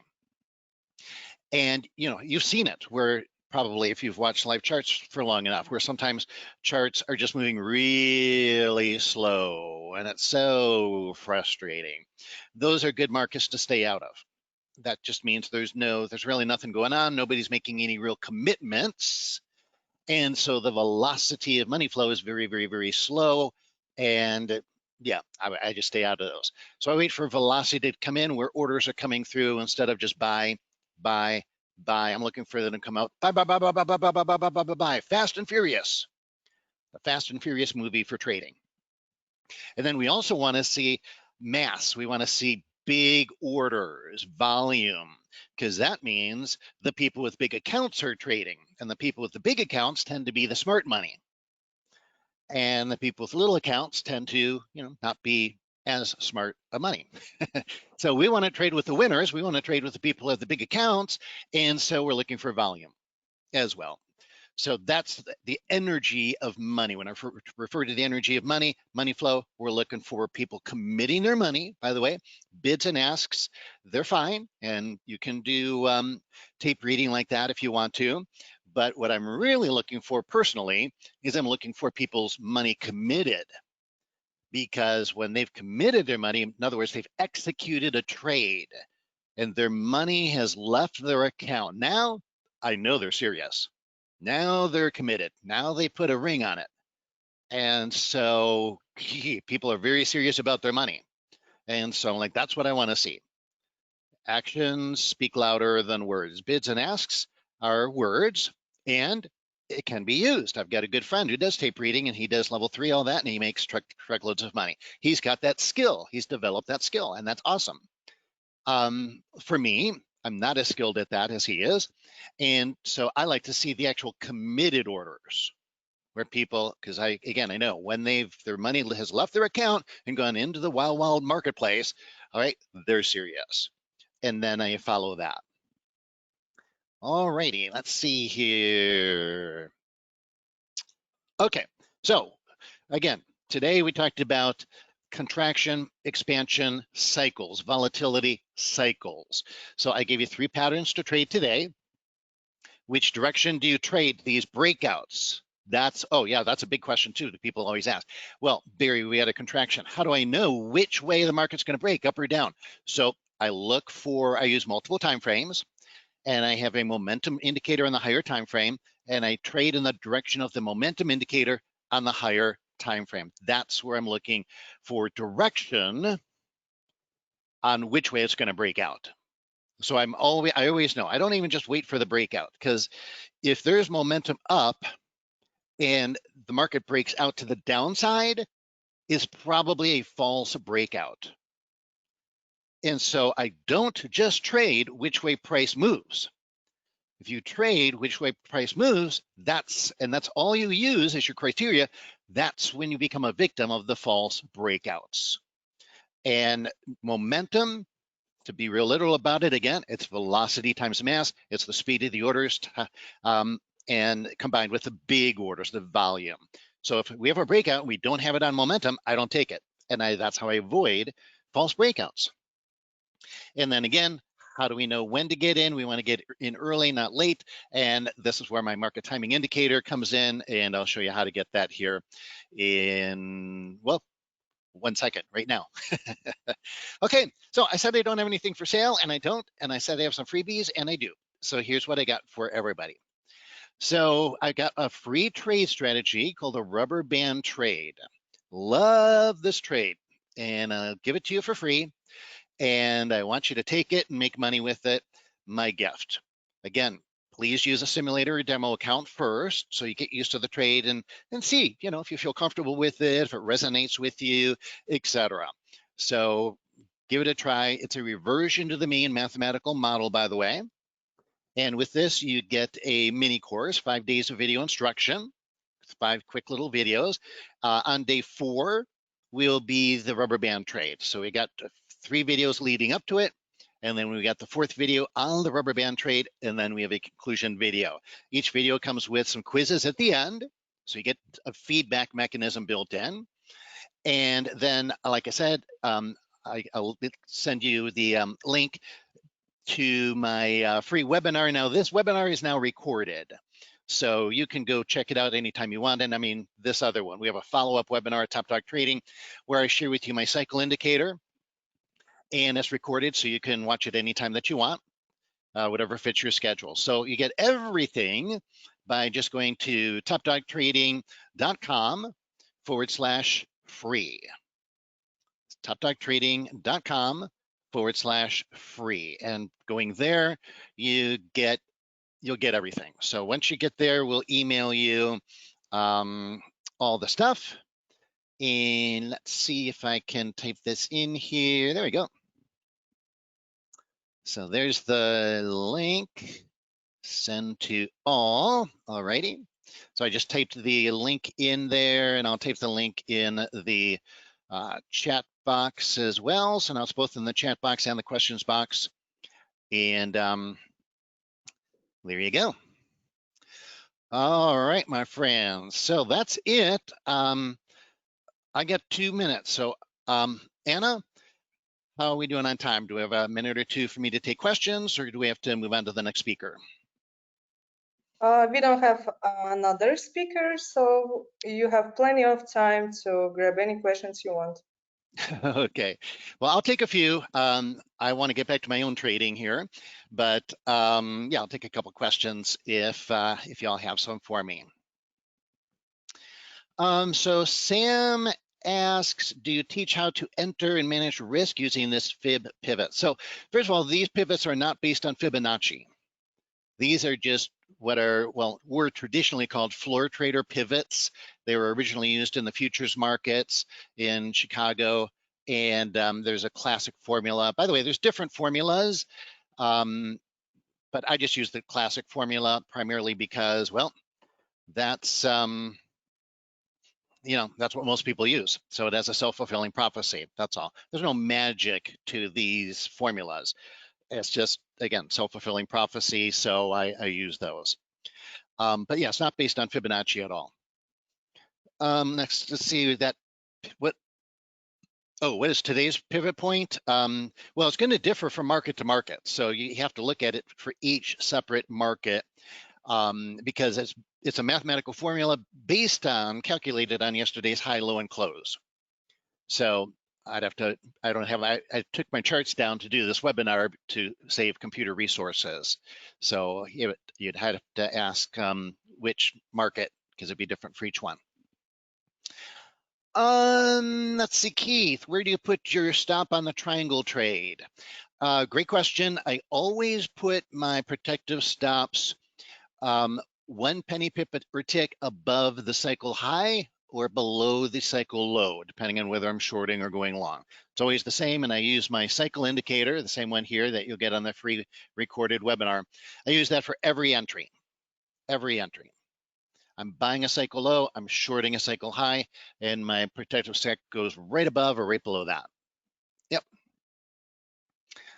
Let's see. Okay. Whoops. Oh, I got to scroll down. I see. Okay. I wondered what was going on here. I need to scroll down. Let's see. Fergal. For some reason, it vanished off in here. Okay, so Fergal watched a lot of my free training, saved a lot of my indicators. Let me do this. I'm not quite sure exactly which indicators you got or whatever, but here's my email address, and it's also on the slide there, but I'll type it in here for everyone's convenience. So Fergal or anybody else who wants to ask a question, feel free to send me an email, barry@topdogtrading.com, and I'll be very happy to get back to you. Okay, just be as specific, any questions you have, be as specific as you can so that I can give you as specific an answer as I can. All right, let's see what else we got here, if anything. Yep, still a couple more. Himal, unfortunately, I have so many people requesting phone calls, every day, that I can't take personal phone calls anymore, but you can send me an email, yes. Let's see. Okay, yeah, Fergal, again, send me an email about that, and be happy to address that issue. Himal says, is it important to use Fibonacci levels in addition to the pivots and the equilibrium zones? You certainly can. You just have to be careful, and Fibonacci levels are good. They are very good. It's kind of a personal choice. The only thing you have to be careful of is that you don't get too many lines on your chart where you've got so many support resistance levels that the market can't move anywhere before you run into a support resistance level, right? Because then it's just chaos and it doesn't really provide you meaningful information. So yes, Fibonacci levels are good. And you know, I use them personally off of bigger swings. So when you draw a Fibonacci retracement tool on your chart, you go from a swing high to a swing low or a swing low to swing high. So I like to use them on big swings so that those percentages, those retrace levels are further apart and not real close together. And that way it's not so messy. And when you ask, is it important? You know, I like Fibonacci. It is not one of my primary tools, but so it's not one of the most important tools that I personally use in my trading system. It would be more of a not even secondary, it'd be more tertiary, like third level tool. All right. So that's it. That's no, Hemal, we have not automated the system. Is it possible? Probably. I don't know. I'm not a programmer, so all I can tell you is we haven't, you know, automated it. So, but maybe someone who's really good at programming could do it. All right. Well, I'm going to say that's it. Over and out. Roger that. So thank you, Anna, for having me, and thank you everybody for being here and for the nice feedback. And I wish all of you a great trading week. One more day. And have a you know, happy trades, great weekend, and yeah, sign up for the free course, the free trade strategy. Email me, and I just, you know, I'm here to serve. I just love helping people with their trading. So that's it for me today. Any other questions? Send them to me via email. Thanks, Anna. Thank you so much, Barry.